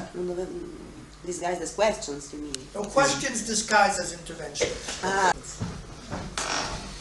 Okay, since everybody was disciplined, We have a lot of time for discussion, if we wish. So the first thing that I do is both for students and faculty to give them the opportunity to come here and say what they think. We have some of my students of the macroeconomics course, one from the Economia Monetaria. You probably are international monetary economics. No, I'm not a student. You are not a student. Very good. So we touched reality, so to speak, so that we went outside and we have Orsola Costantini, who has a grant here. We have Professor Stefano Lucarelli of International Monetary Economics. International Monetary Ecology. International Monetary Economics, there is one. Then we have Nadia Garbellini and Professor Savanti. So everybody who wants to say something, say it now or stay silent, because there will be the second round of the speakers. You have either to come here or to come here for the microphone and the registration. Is there somebody who wants to speak? Yes, Professor Lucarelli. I hope that some of my macro students will have to say something. Some of them are involved in rethinking economics, so I'm sure there will be. I have just a couple of questions to the speakers. The first one is, do you think that the possibility to find a sort of didactic agreement about the not mainstream economics may be helpful to increase the necessary change in the general way of thinking, at least for economics scholars? Because if this is the case, I'm not sure, but it is my desire and maybe also a political aim. This is the case. Maybe we should start to fix some very precise meeting in terms of summer schools or others programs, also by exploiting the opportunity that are today in the European countries, for example, the Erasmus funding and other kind of funding, for trying to institutionalize, in a sense, these necessary changes of perspective. And the second question is the following one. Because I understand the speeches, but I think that nobody consider this point. The second crisis of economics did not find a solution. For example, in Italy, during the 70s, this second crisis led to a very vivid debate, also between scholars and trade unions or left parties. But what happened, in my mind, is that there were a sort of Gramscian war. Some scholars try to have the central position in the political debate, without obtaining nothing than a sort of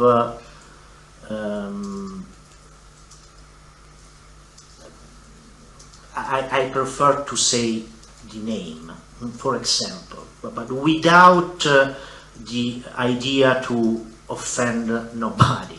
For example, in Siena or in Roma, we had some departments that were very heterodox. In Rome, under the strong figure of Pierangelo Garegnani, and in Siena, where for some time Italian economists had the opportunity to work together with Frank Hahn, Richard Goodwin, and other important scholars. But what was the end of this history? Just two departments that thought to be at the core of the heterodox thinking and also at the political debate, but that this is not the reality. So I don't know if my reading is incorrect, but I want to know your opinion, especially Riccardo in the Italian case. But why, after a period in which we had a big effort to propose an heterodox economics and also the possibility to discuss together some political figures at least in some countries in Europe, we had a failure. Okay. Thank you very much.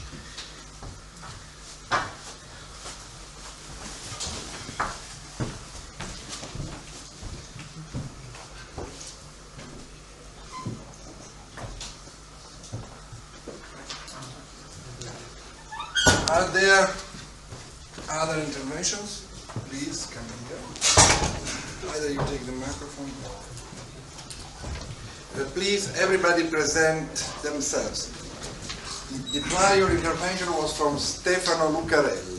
You present yourself. Yeah. I'm Patrizio Laina from University of Helsinki, Finland. And well, first of all, thanks for your presentations and detailed descriptions of economic revolution in economic theory in the past. But well, as you all probably know, that there hasn't been really a revolution, although there is a crisis in economic theory right now. But already 7-8 years has passed from the global financial crisis, and I wonder why there hasn't been really any change.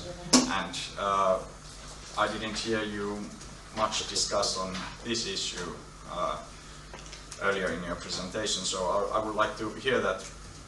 Are you able to identify some key factors that previously led to scientific revolutions, and why there hasn't really been a revolution in economic thought right now? Okay.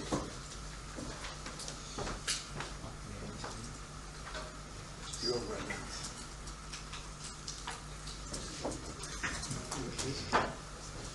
Present yourself.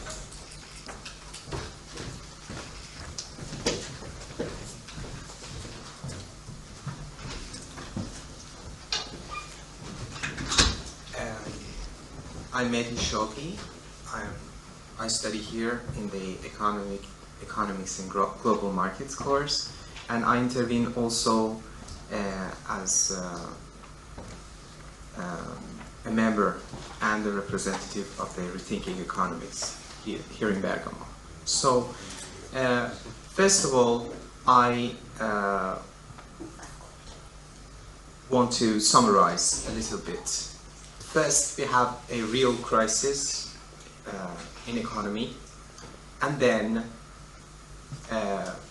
it's supposed to exist a crisis in economic thought, in economic theory, but it's really hard. Even in Bergamo, which is quite a, let's say, mix between some heterodox courses and the mainstream supply-side economics, it's hard to find a real change inside the faculty, although there has been change. For example, our course is newly instituted, but you cannot really see a real change inside the discipline, but the crisis is there. First of all, I appreciate the intervention by Professor Malcolm Sawyer, which emphasized on the foreclusion of some basic concepts, which are basically both political and economical, in the sense that inequality, unemployment, and so on and so forth do not have the right weight at the present economic debate. And also, on the other side, the more, let's say, philosophical, methodological part, we don't have real debate on the method of the subject matter of economics, which is very important. And any change from within the discipline can only come from a rethinking of the method of economic research and this, the significance of the economic theory, because the criteria with which economic production, let's say as theory, is judged is totally based on the previous criteria that were instituted long before the crisis and go on, institutionalized even in a more rigid way. So my question will be, if you see the possibility or the tension that a movement can be built inside the economic discipline to put forward at least a perspective for a change from within the discipline, be it in the heterodox tradition or coming totally from another, let's say, start point. And then I wanted to say a few words on the intervention by Professor Rochon, which I find really interesting, which is, I think, being critical towards the system as a whole doesn't mean that necessarily we are hoping or imagining a perspective which in short term, even long term, goes beyond capitalism. But as a horizon, it's needed to have, let's say, a fundamental critical thinking, which can be also against the whole system. But it doesn't mean that we imagine it's possible now and we can go on with the critique of political economy doesn't start from the premises that we are building now another system and it's possible immediately to do it. But as a theoretical perspective, it is needed to build new categories, new kind of thinking, and criticize the production of the economists in order to be able to understand and analyze the present crisis, which is reflected also inside either the foreclusion or the answers that the economists provide towards the question of our time. So I think that maybe a more radical critical viewpoint is necessary, both towards Keynes, but also towards all the Marxist and Marxian tradition, because they couldn't be able to find a way outside, let's say, the present system, as you have confirmed rightly. So, thank you. Are there any other interventions, or we go back? I think that we can go back to the second round. I invite everybody to engage in a dialogue with the other interventions of the speakers and to answer and intervene on the questions and considerations from the floor. I don't think that everybody would kill us if we go beyond the official hour, which is however 1 hour from now. So in principle, I would say we should try to stay within 15 minutes each. 15. Maximum. Not 50, 15. Yeah, yeah, yeah. But I said maximum. You can stay in a couple of minutes in which we bargained before and you give me the 13 minutes that you don't need. I don't know what kind of math you have. Creative, very creative. I start engaging with the prior speakers and then arrive to the issues raised by the floor. About the prior speakers, let me start with Riccardo Bellofiore. There is something that definitely I don't like in his intervention. And I was waiting for other colleagues to correct him here or from the floor, but it didn't happen. I think that the view he gave of economic theory and of the third crisis of economic theory was very, very, very partial. It was correct. I agree with every line, every word, even almost every comma, but there are problems.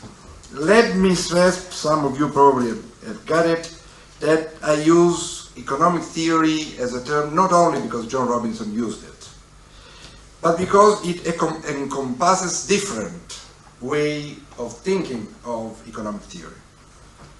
One word is economics. For me, economics is more or less neoclassical mainstream. You know, I am affectionate to the so rethinking economics, radical economics, is something that I don't understand very much. Then there is political economy, the old political economy, new versions of political economy. Then there is the critique of political economy. I am actually in that camp. Just I don't think that the critique of political economy can just be a philosophical exercise. It must give way to a critical political economy. So a different picture of. So the point is, which economic theory was talking Riccardo Bellofiore? Now there was a hidden ambiguity, I think, if I interpret well his way of thinking, and it was this one. Look, when there's been the first crisis in economic theory, the second crisis in economic theory, even worse, the third crisis of economic theory, the crisis was the crisis of all the meanings of economic theories. Not just neoclassical economics, neoclassical, say, macroeconomics, the term that existed at the time of the first crisis of economic theory, not just the distributional neoclassical economic theory, so Keynes would be the winner of the first crisis, Sraffa the winner of the second crisis, and I can go on.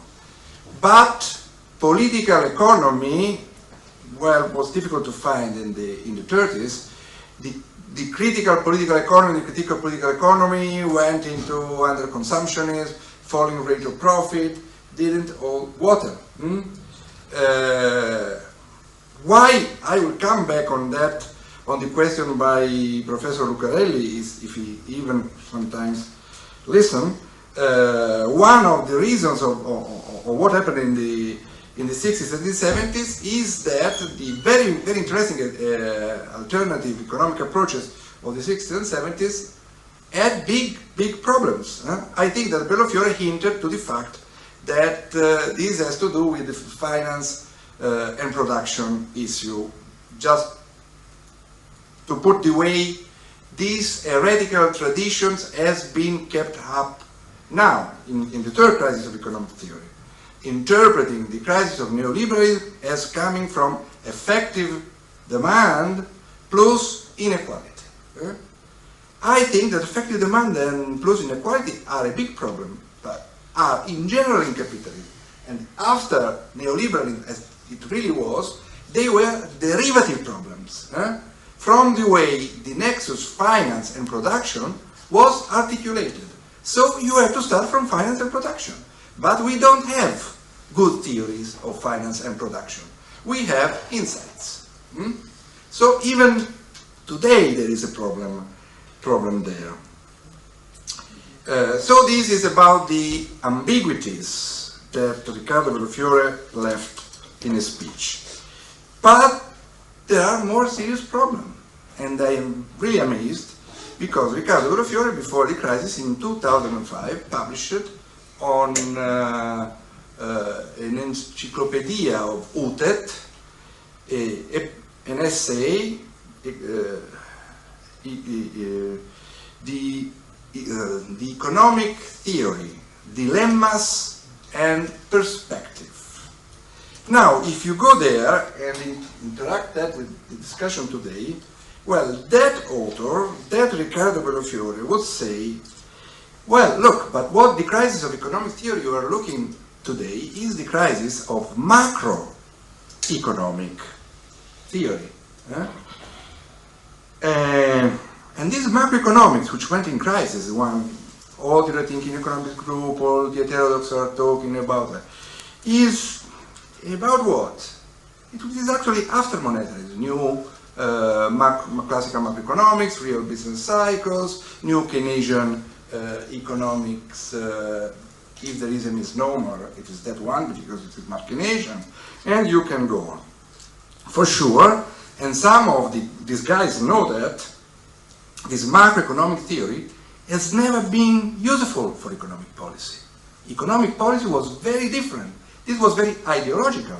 So you had the macroeconomics, which was very ideological, it became enclosed within itself, and there was a more and more ideological way of teaching economics, so that all the problems were put aside in the undergraduate, the graduate program, maybe you know some of the problems later on, etc.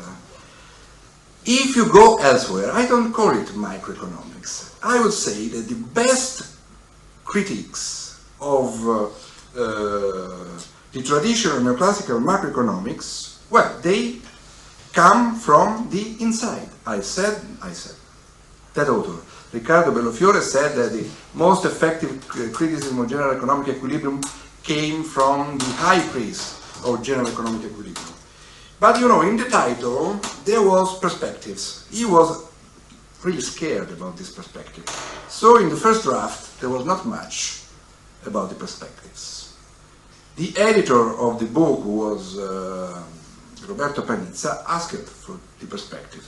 So he went on in some ventures, maybe they were not original, but he presented them as original, saying, look, even persons like Frank Hahn or Alan Kierman are saying that the story of the axiomatic economics has ended. The story about the representative agent is ended. So you have to go outside of axiomatics and towards the heterogeneity of agents. So the economic theory of the future will be very different from what we are thinking about and we are talking. It will be less ambitious, made of histories, parables, much more going into partial equilibrium, simulations, behavioral and experimental economics, and go into that. There is a problem that this kind of deep change, let us say in the area of macroeconomics, though the term is a misnomer, it is not really able to, at present, to answer big things like the great capitalist crisis that we are living. But it is a very different perspective than the one we are talking about as economics. From this point of view, I think that we have to be critical of the post-Keynesians and the Marxists, because the ones are going to the effective demand and inequality game. The Marxists, those who recognize themselves as they are core Marxists, because there are other Marxists who are more post-Keynesian, then they have the limits of the post-Keynesians. The other core Marxists are insisting on the collapse theory, more or less disguised. I must confess, now I turn as Riccardo Bellofiore, that the point, in my view, it is not realism versus abstraction. It is to choose the right abstraction. As I said, it is not pluralism, it is being plural. In the end, since I had not much time, I cutted the end of my discourse. Being plural and not being pluralist is acting like Marx, Keynes, Schumpeter. They didn't say, oh, I want a citizenship in your world. Take Keynes. He said, look, Marshall or the neoclassical world, it is not general. Mine is the general theory. Your is a special case. Schumpeter made the same game. Varras, Bembauer, the circular flow. Marx did the same game more or less with Riccardo. So they wanted to be not part of heterodoxy. They wanted to be the new orthodoxy. Why, and I'm starting to answer, maybe I'll come back if I have time, but I'm not sure, to the questions. Why the first crisis, somebody asked, was so much more, you also said this, maybe also Malcolm, had a different outcome. I don't know if it had a different outcome. However, you had to consider that yes, the neoclassical synthesis is much better, the old Keynesians, or what happened later.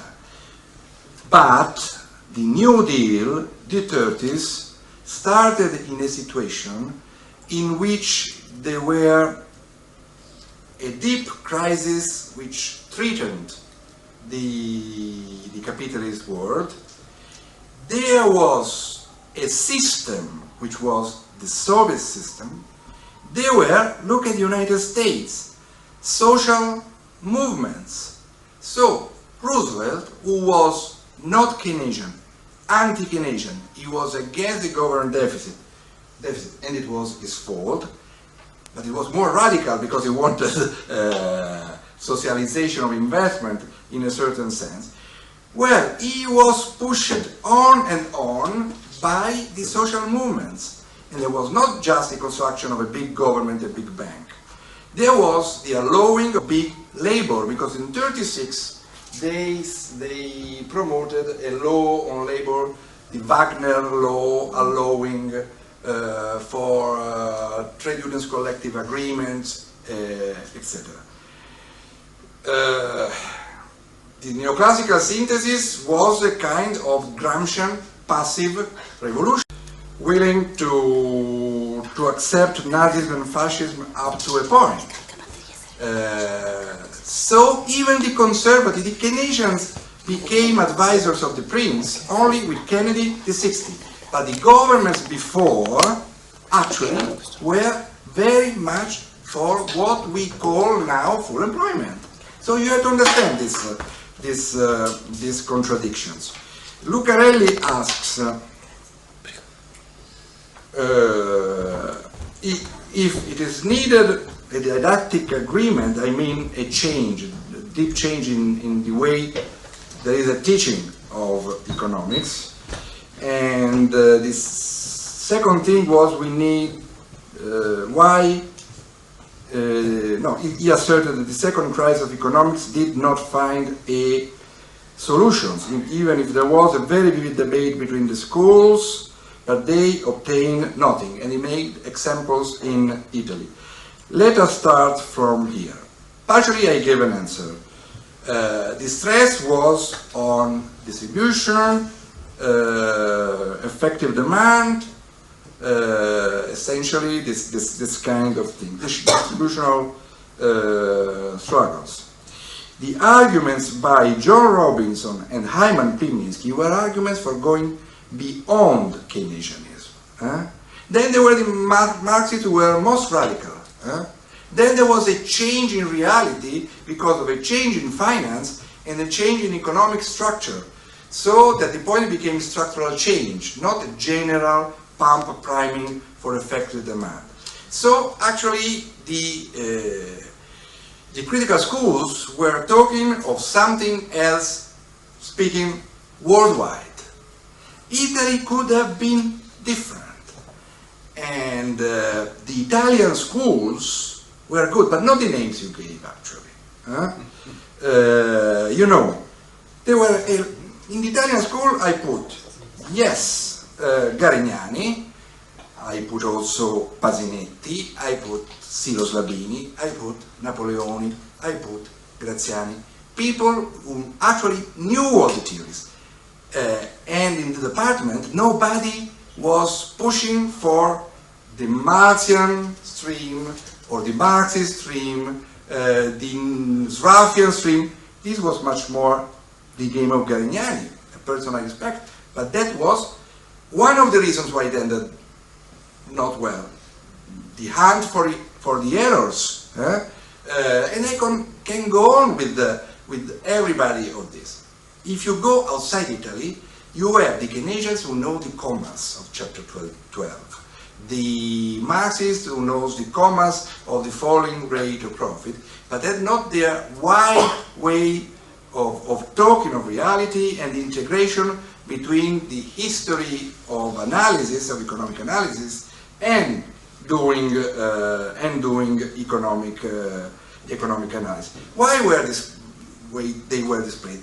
Because reality matters. There was class struggle, there was a change in power, the problems were new, they were ill prepared to this new reality of a new finance and a change in production.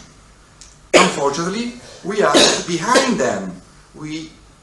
They were more advanced than us. Yes, there should be a change in teaching economics. There should be a change in the way you recruit people, etc. But there needs to be a change in economic theory. We need to realize that the three things together must be related. Otherwise, you don't go anywhere. You know. Things are class struggle.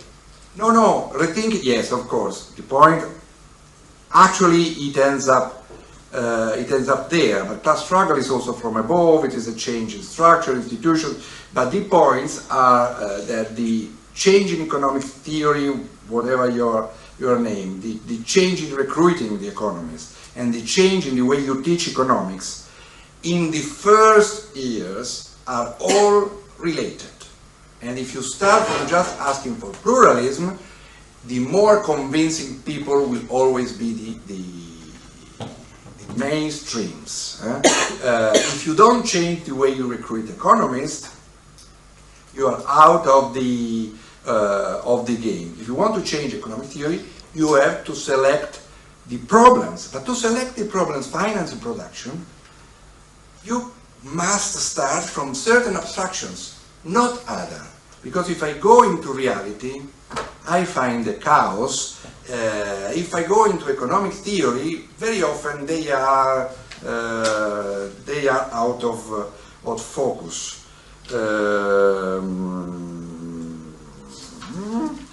There was, I think I answered to Patrizio Laina too. I agree with Medishok. If I understand him well, he's actually taking the position of Suzanne de Brunoff, which is also my position. I say it a different way. You need to have a critical political economy That is, you have to understand what are the problems of political economy. And in political economy today, I put these ruffians, even circuit theory, a lot of things. You have to go beyond, also analytically. This does not mean that you, and here I end with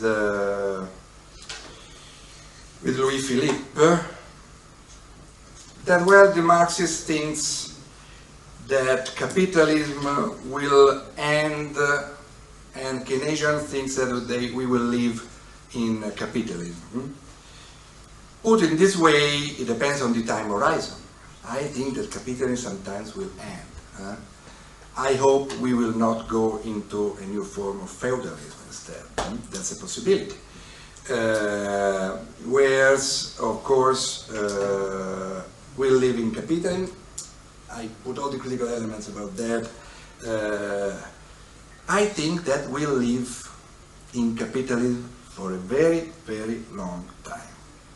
I think with Keynes that there are internal dramatic flows in capitalism. He is very much beyond not only neoclassicals but new Keynesians, whatever. On this, he is on the same side, it's not the same thing, but on the same side of serious social democracy. Not the social democracy of today, the social democracy of a long time ago. In a cyclical economy which changes over time. Here there is not only Marx, maybe there is even more Schumpeter. But I think that to understand how work this system, and even to intervene on it with a decent reformism, you have to understand that the internal flows affect not only what Keynes did, not only what Ruffians, I think Raffa was more similar to what I'm saying. Ruffians look at the distribution, the internal flow take the way production is structured and the way historically specifically defined human beings are integrated in society. These will never be cured, you know, but at the same time there are changes in this. So if somebody tells me, as very often Minsky would have said, oh, I am for a successful capitalism, I laugh at him, especially if he thinks it is an equilibrium solution. If he starts saying there are 57 capitalism, and some are more or less very similar to a transitional way for something else that I don't know, yes, I am in favor if it permits changes and conflict, social conflict, etc. Because you may have an effective demand solution and full employment in a very, very authoritarian society. You know that Keynes in 1936 wrote the introduction to the general theory for the Germans. And he said, look, you have the institutional setting if you can. Okay, my way of thinking does avoid this and thinks along the line of Schumpeter, more than Marx, not in my way, but there is no stable equilibrium.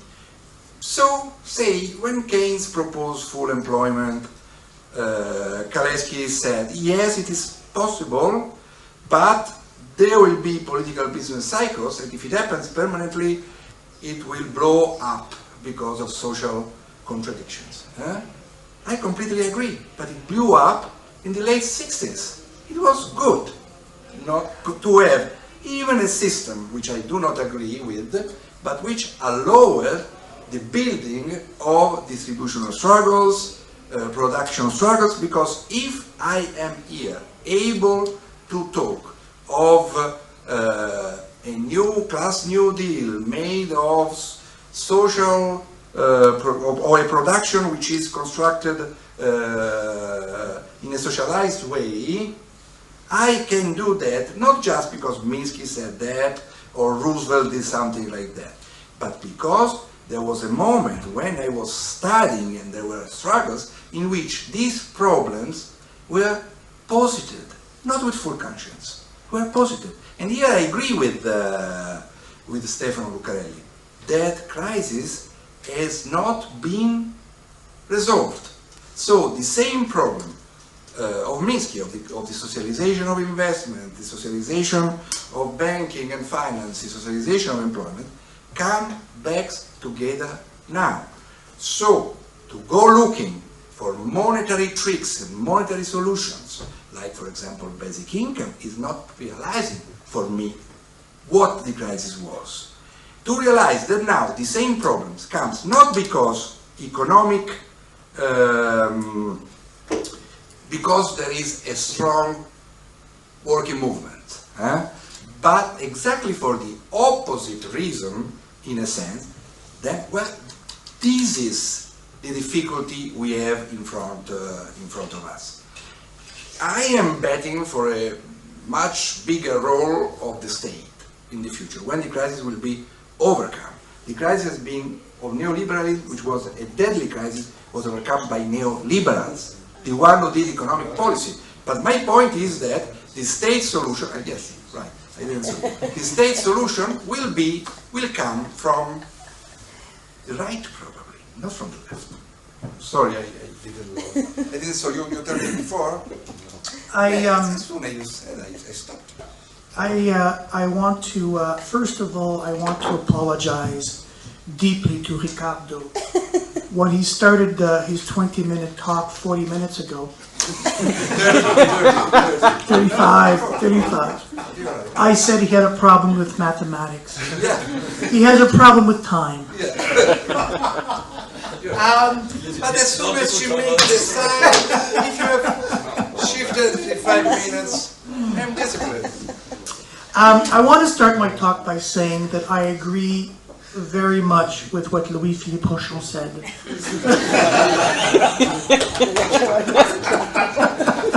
see? At least. First of all, a plug before I start. I'm organizing a conference in Grenoble in December 10 to 12. That's going to be preceded by a 3-day winter school. The winter school will be free for doctoral students. And we'll be arranging some couch surfing. So if you're interested in coming to the winter school, please contact me. You can get my email through Riccardo. The first Riccardo Bellofiore. The second is not serious. I have a few things to say. I'm not going to take up 45 minutes. I want to say, first of all, that this is just a very small quibble. The difference between economics and political economy, it's not an argument that I like. I think Henrik Vogt sort of has this dichotomy between economics and political economy. You know, in the United States, at the University of Notre Dame and different universities, they have started to put heterodox economists in Department of Political Science or in other departments, because the argument is that we don't do economics. And so I'm always, though, and I share your view about political economy, and I absolutely agree with what you're saying, but it always makes me sort of uncomfortable when I hear the expression, because I don't consider myself a political economist, I consider myself an economist. With Malcolm, I really very much liked your talk. We said very much of the same things, and so difficult for me to disagree. Just disagree with Riccardo. I do want to reiterate the argument that, you know, whether this is a third crisis or second crisis or first crisis, for me this is just one crisis. It is the inability of economic theory, and this is, I had emphasized, Malcolm had emphasized this quote by Robinson, which I think is really sort of the key to that argument.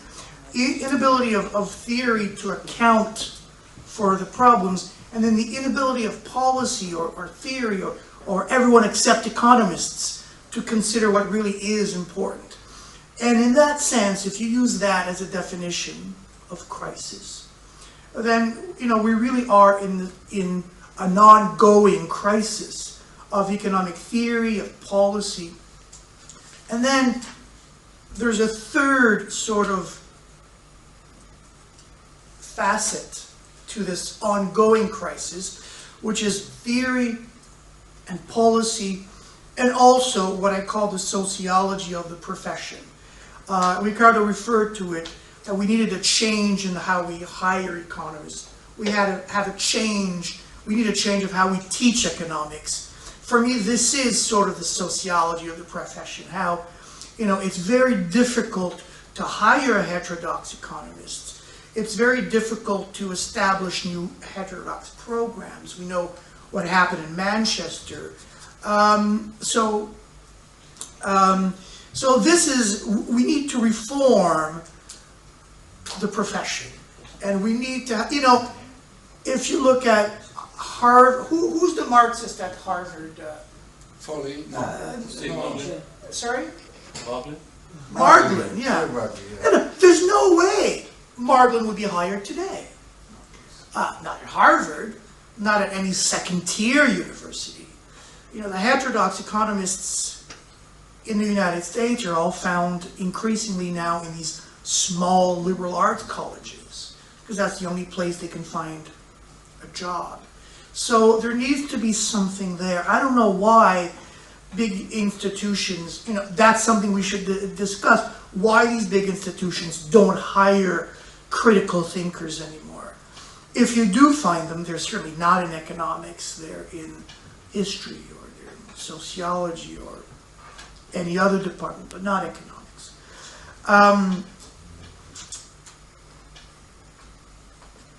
To answer Patrizio,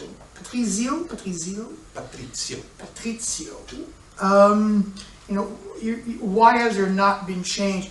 Well, the whole, and this goes to the whole notion of crisis. During the Depression, there was maybe a little change, but the change was a synthesis. It was not Keynes, it was a synthesis. There's the annals of economic thought is full of those. The Cambridge debate, Samuelson recognized that Joan Robinson was correct. What happened? Nothing.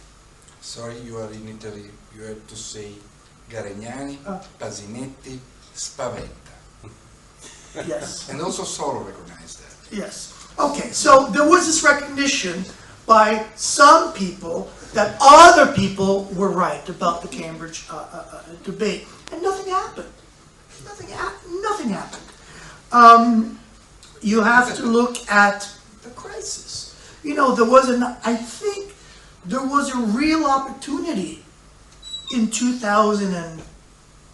February of 2009. I think that's the only opportunity we had. It was very short-lived, to maybe do something different. And nothing happened. And I think this is what goes back to what I said about, how the crisis was interpreted as something as external. And so nothing had to be done. Steve Keen argues that another crisis is imminent. And maybe this other crisis, the second crisis in 2017, 18, whenever it happened, if it happens, might be a catalyst for change. Maybe somewhere down the road the profession will recognize that now we need to change. But I'm not banking on it. I remember in 2008 and 2009 I was going to various conferences and all the younger students were saying, this is our time, this is our time. I'm not as old as certain people in this room, but through my career as a student back in the mid-'80s, I kept hearing this, it's 30 years, I've been hearing this over and over again, the time is now upon us, and it hasn't never been upon us. So I do like movements like rethinking economics, I think it's a good start. It's funny because we live in interesting times. At the same time as we have this sort of durcissement, hardening of the profession, we also have a time when there's a number of heterodox conferences. They're everywhere. New journals being created, summer schools, everywhere, winter school. So we have sort of a burgeoning heterodox movement, if I dare use the word. At the same time, a hardening of the profession. Let me end with saying, should we go beyond Keynesianism, as Riccardo mentioned? Should we go beyond Keynes? Well, I don't think so. I'm happy with Keynes. I think that Keynes can certainly accommodate a lot of this criticism, a lot of the deep thinking. He gave us some good pistes de réflexion with the socialization of investment, the euthanasia of the rentier. These are things that, as Keynesians, we can certainly discuss more radical elements in Keynes without necessarily going beyond Keynes. So I don't think there's a need to go beyond Keynes. I think Keynes is and not to offend my colleague, but Koletsky as well. I think these are, certainly adequate bodies of work to generate a good reflection on the problems we have today. Thank you. Thank you. Oh, wait a second, oh, look, I took 9 minutes. Oh. No, I apologize, but I repeat that somebody gives me the time. When I talk, I lose, as you said, contact with time. Oh, yeah, but it is enough for me if you were not bored. Now, Malcolm Sawyer. Thanks. I just want to start by reflect on Louis-Philippe said about if there's a crisis coming in 2016-17, will that be the shift? Whether or not it will be a crisis, but I think if one works out the usual pattern, probably likely to be. But I think this is perhaps takes a rather Western European, or North Atlantic perspective.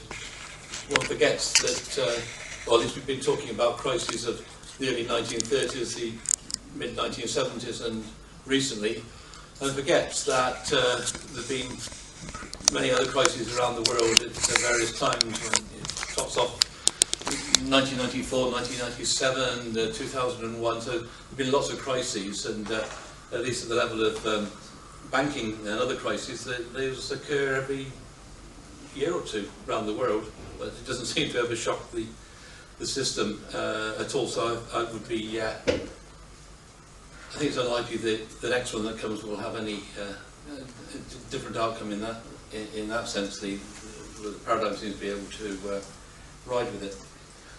The second I want to some extent reflect on what might be seen as the peculiarities of the economics profession, or what I refer to as the sociology of it. Never quite sure how true this is, but at least if you looking at it in terms of, for example, the way in which the research assessment exercise was carried out in the UK, you can go through that. Economics sort of stands out as being very narrow-minded and not very willing to consider things outside the mainstream. That doesn't seem to be the case in many other disciplines, so that at least there are, even if there are, say within political science or sociology, very distinct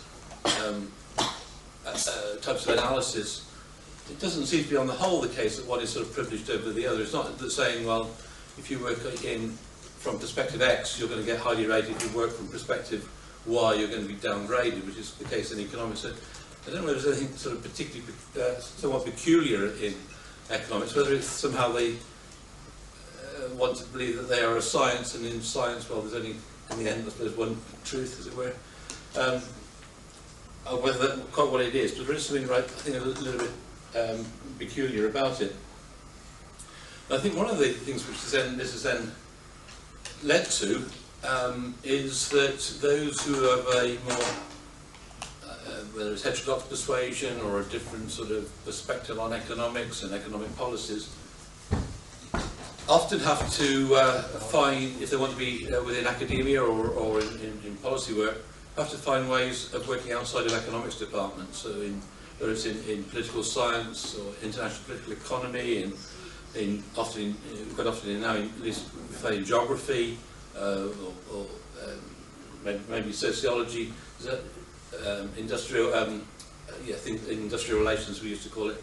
There's a whole number of areas where people appear to move and can make in a way for what is from them, I suppose, a successful career and advanced knowledge. But it does raise questions about how heterodox economics is going to replicate itself, because one of the things which is happening is that the ability to put on heterodox programs is being squeezed out, so that there isn't really much by way of reproducing the next generation, and so that's the way one of the ways the squeeze is working. Perhaps in a slightly more optimistic direction, maybe picking up something that Louis-Philippe mentioned. I think there is a sense, at least I get a sense, in which those, firstly, that come under or would put themselves under some heterodox banner, or they might not like the term heterodox, and some object to heterodox because all that unites heterodox is opposition to orthodoxy. But if you take the range, post-Keynesian, institutionalists, Marxian, various other labels that people associate with, I think there's more of a sense that within the general community, rather more interactions between such groupings, rather more respect for one another, not saying that well, he or she's a Marxist, therefore must be wrong, or he or she's a Keynesian, must be wrong. That's exaggerating it enormously, but I think there has been a sense of that. And at least at the European level, I think there is now a rather more as we're going on in terms of conferences and summer schools and so forth. And I think at one level that is one of the things that one has to build upon. In a sense, within our individual countries, we can be rather isolated, but at least going international gives us, if not strength, at least some more people to talk to and interact with and develop. So I have maybe a slightly conflicting attitude. I think within individual, severely into doubt the ability for, as it were, to replicate. On the other hand, through development of networks and development of having some degrees of respect for one another, working with people often outside of economics. Because again, one of the buzzwords often for research grants are interdisciplinary work. So there's a certain degree of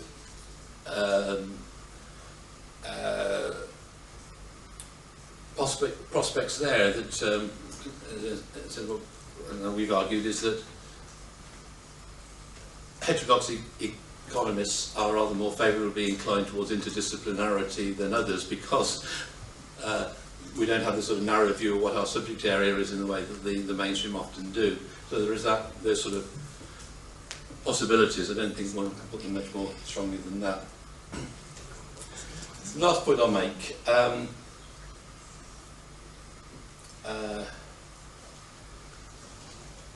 To some extent, it might be reflected back to this point of whether we call it economics or political economy.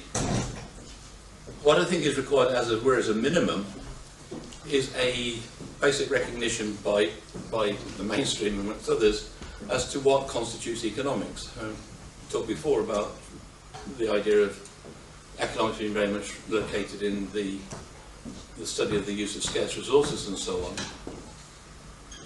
So I think one is a recognition, as it were, that economics is much more than that.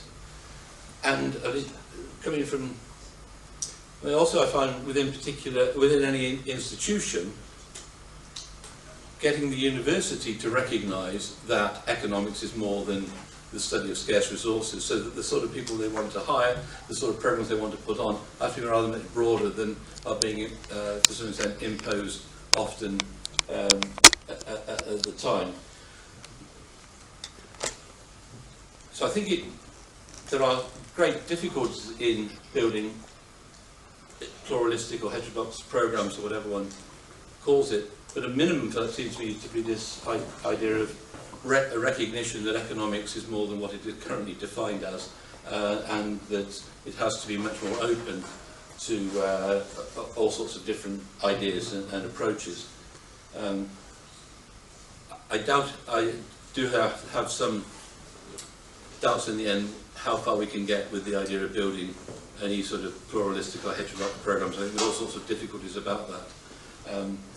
But that is the one way we've got to push to go, is to build up, because I think the danger at the moment is that there won't be a next generation, because they won't, people won't receive the training in that area, and that's I think one of my major fears. Yes, Can I just ask you a quick question? Sorry for you, just on what you said at the very end.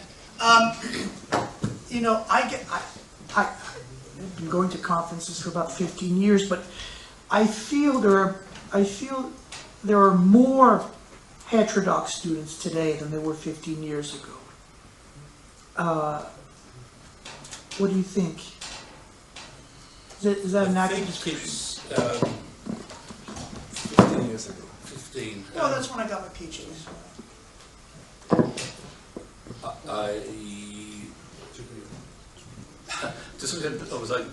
Speaking personally, I think first of all we're rather better networked in with each other than we were, so we realise that there are people outside of our own country that are working on this.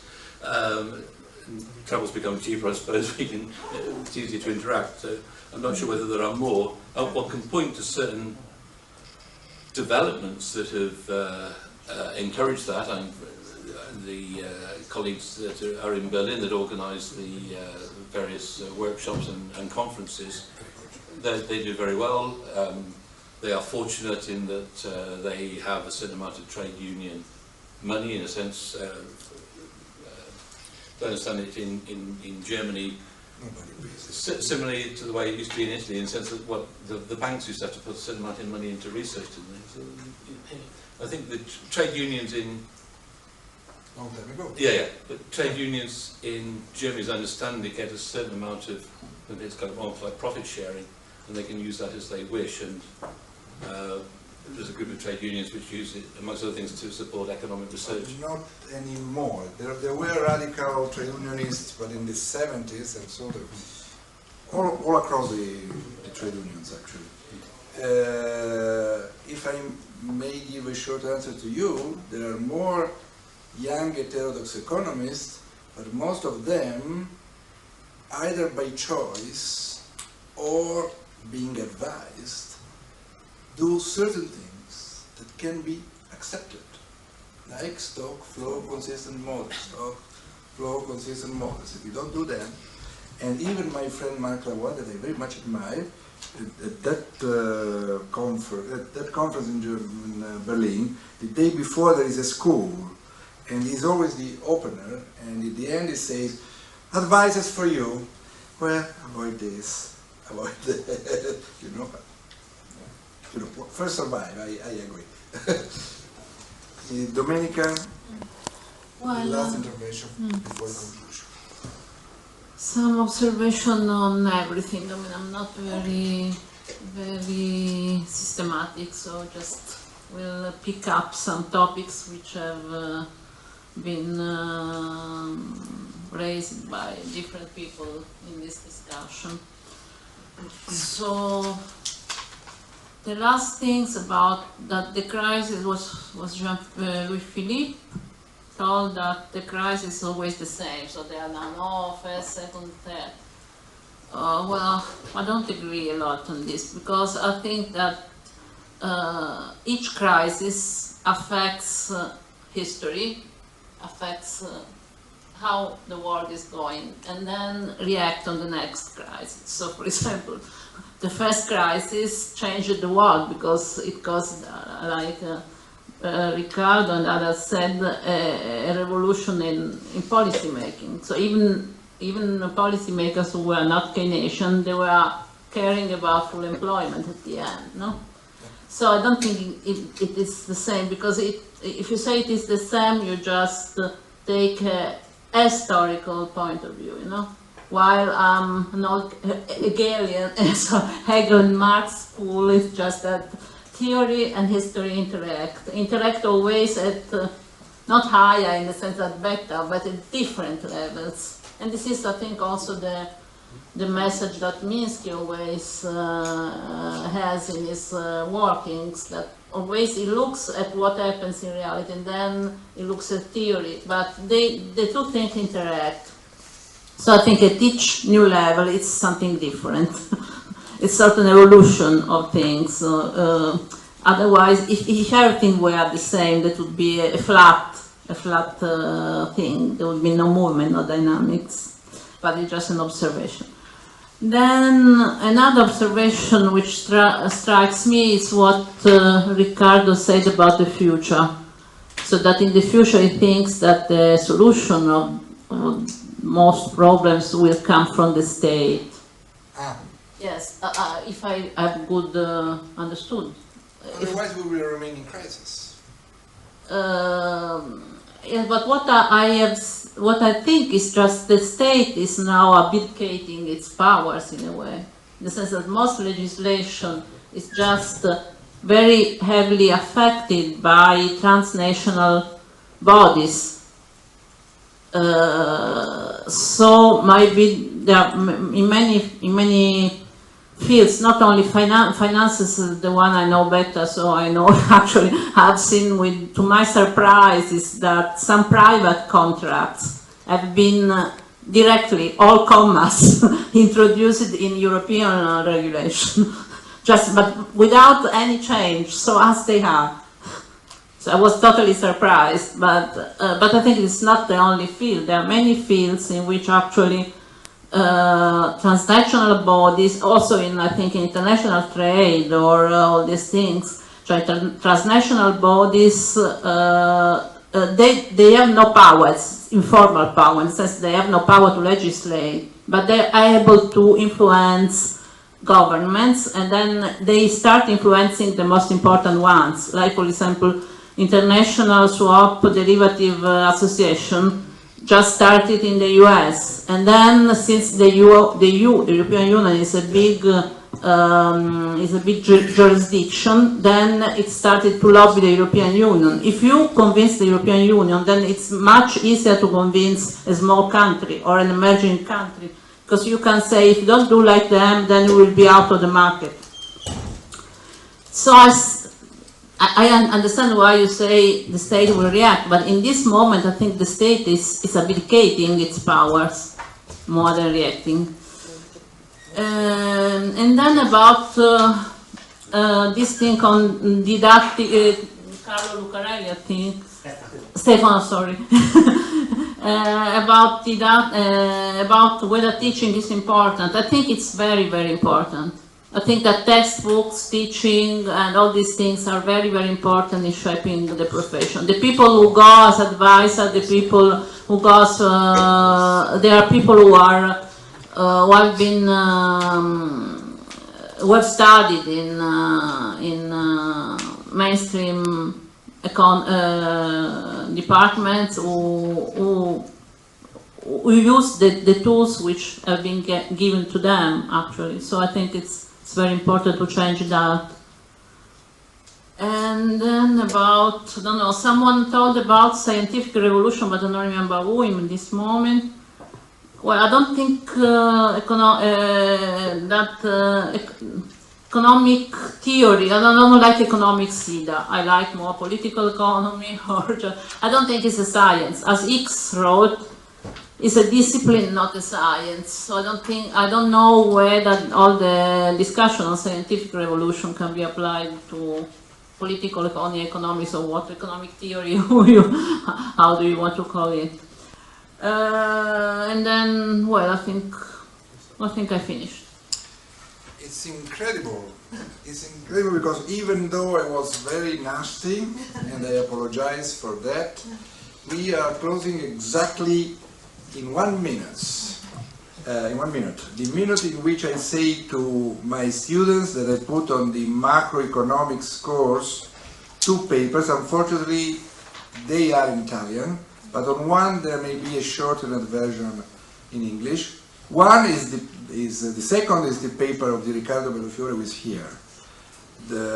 On the third crisis of economic theory, the one which was quoted by Domenica Tropiano. No, actually, it is the English version, the longer English, unpublished English version. Then the first one is in Italian, the one from the UTET Encyclopedia of the other Riccardo Bellofiore. I would like to finish with this consideration. For which Riccardo is his consideration? That's a third Riccardo. The third Riccardo says, that he very much enjoy all the contributions.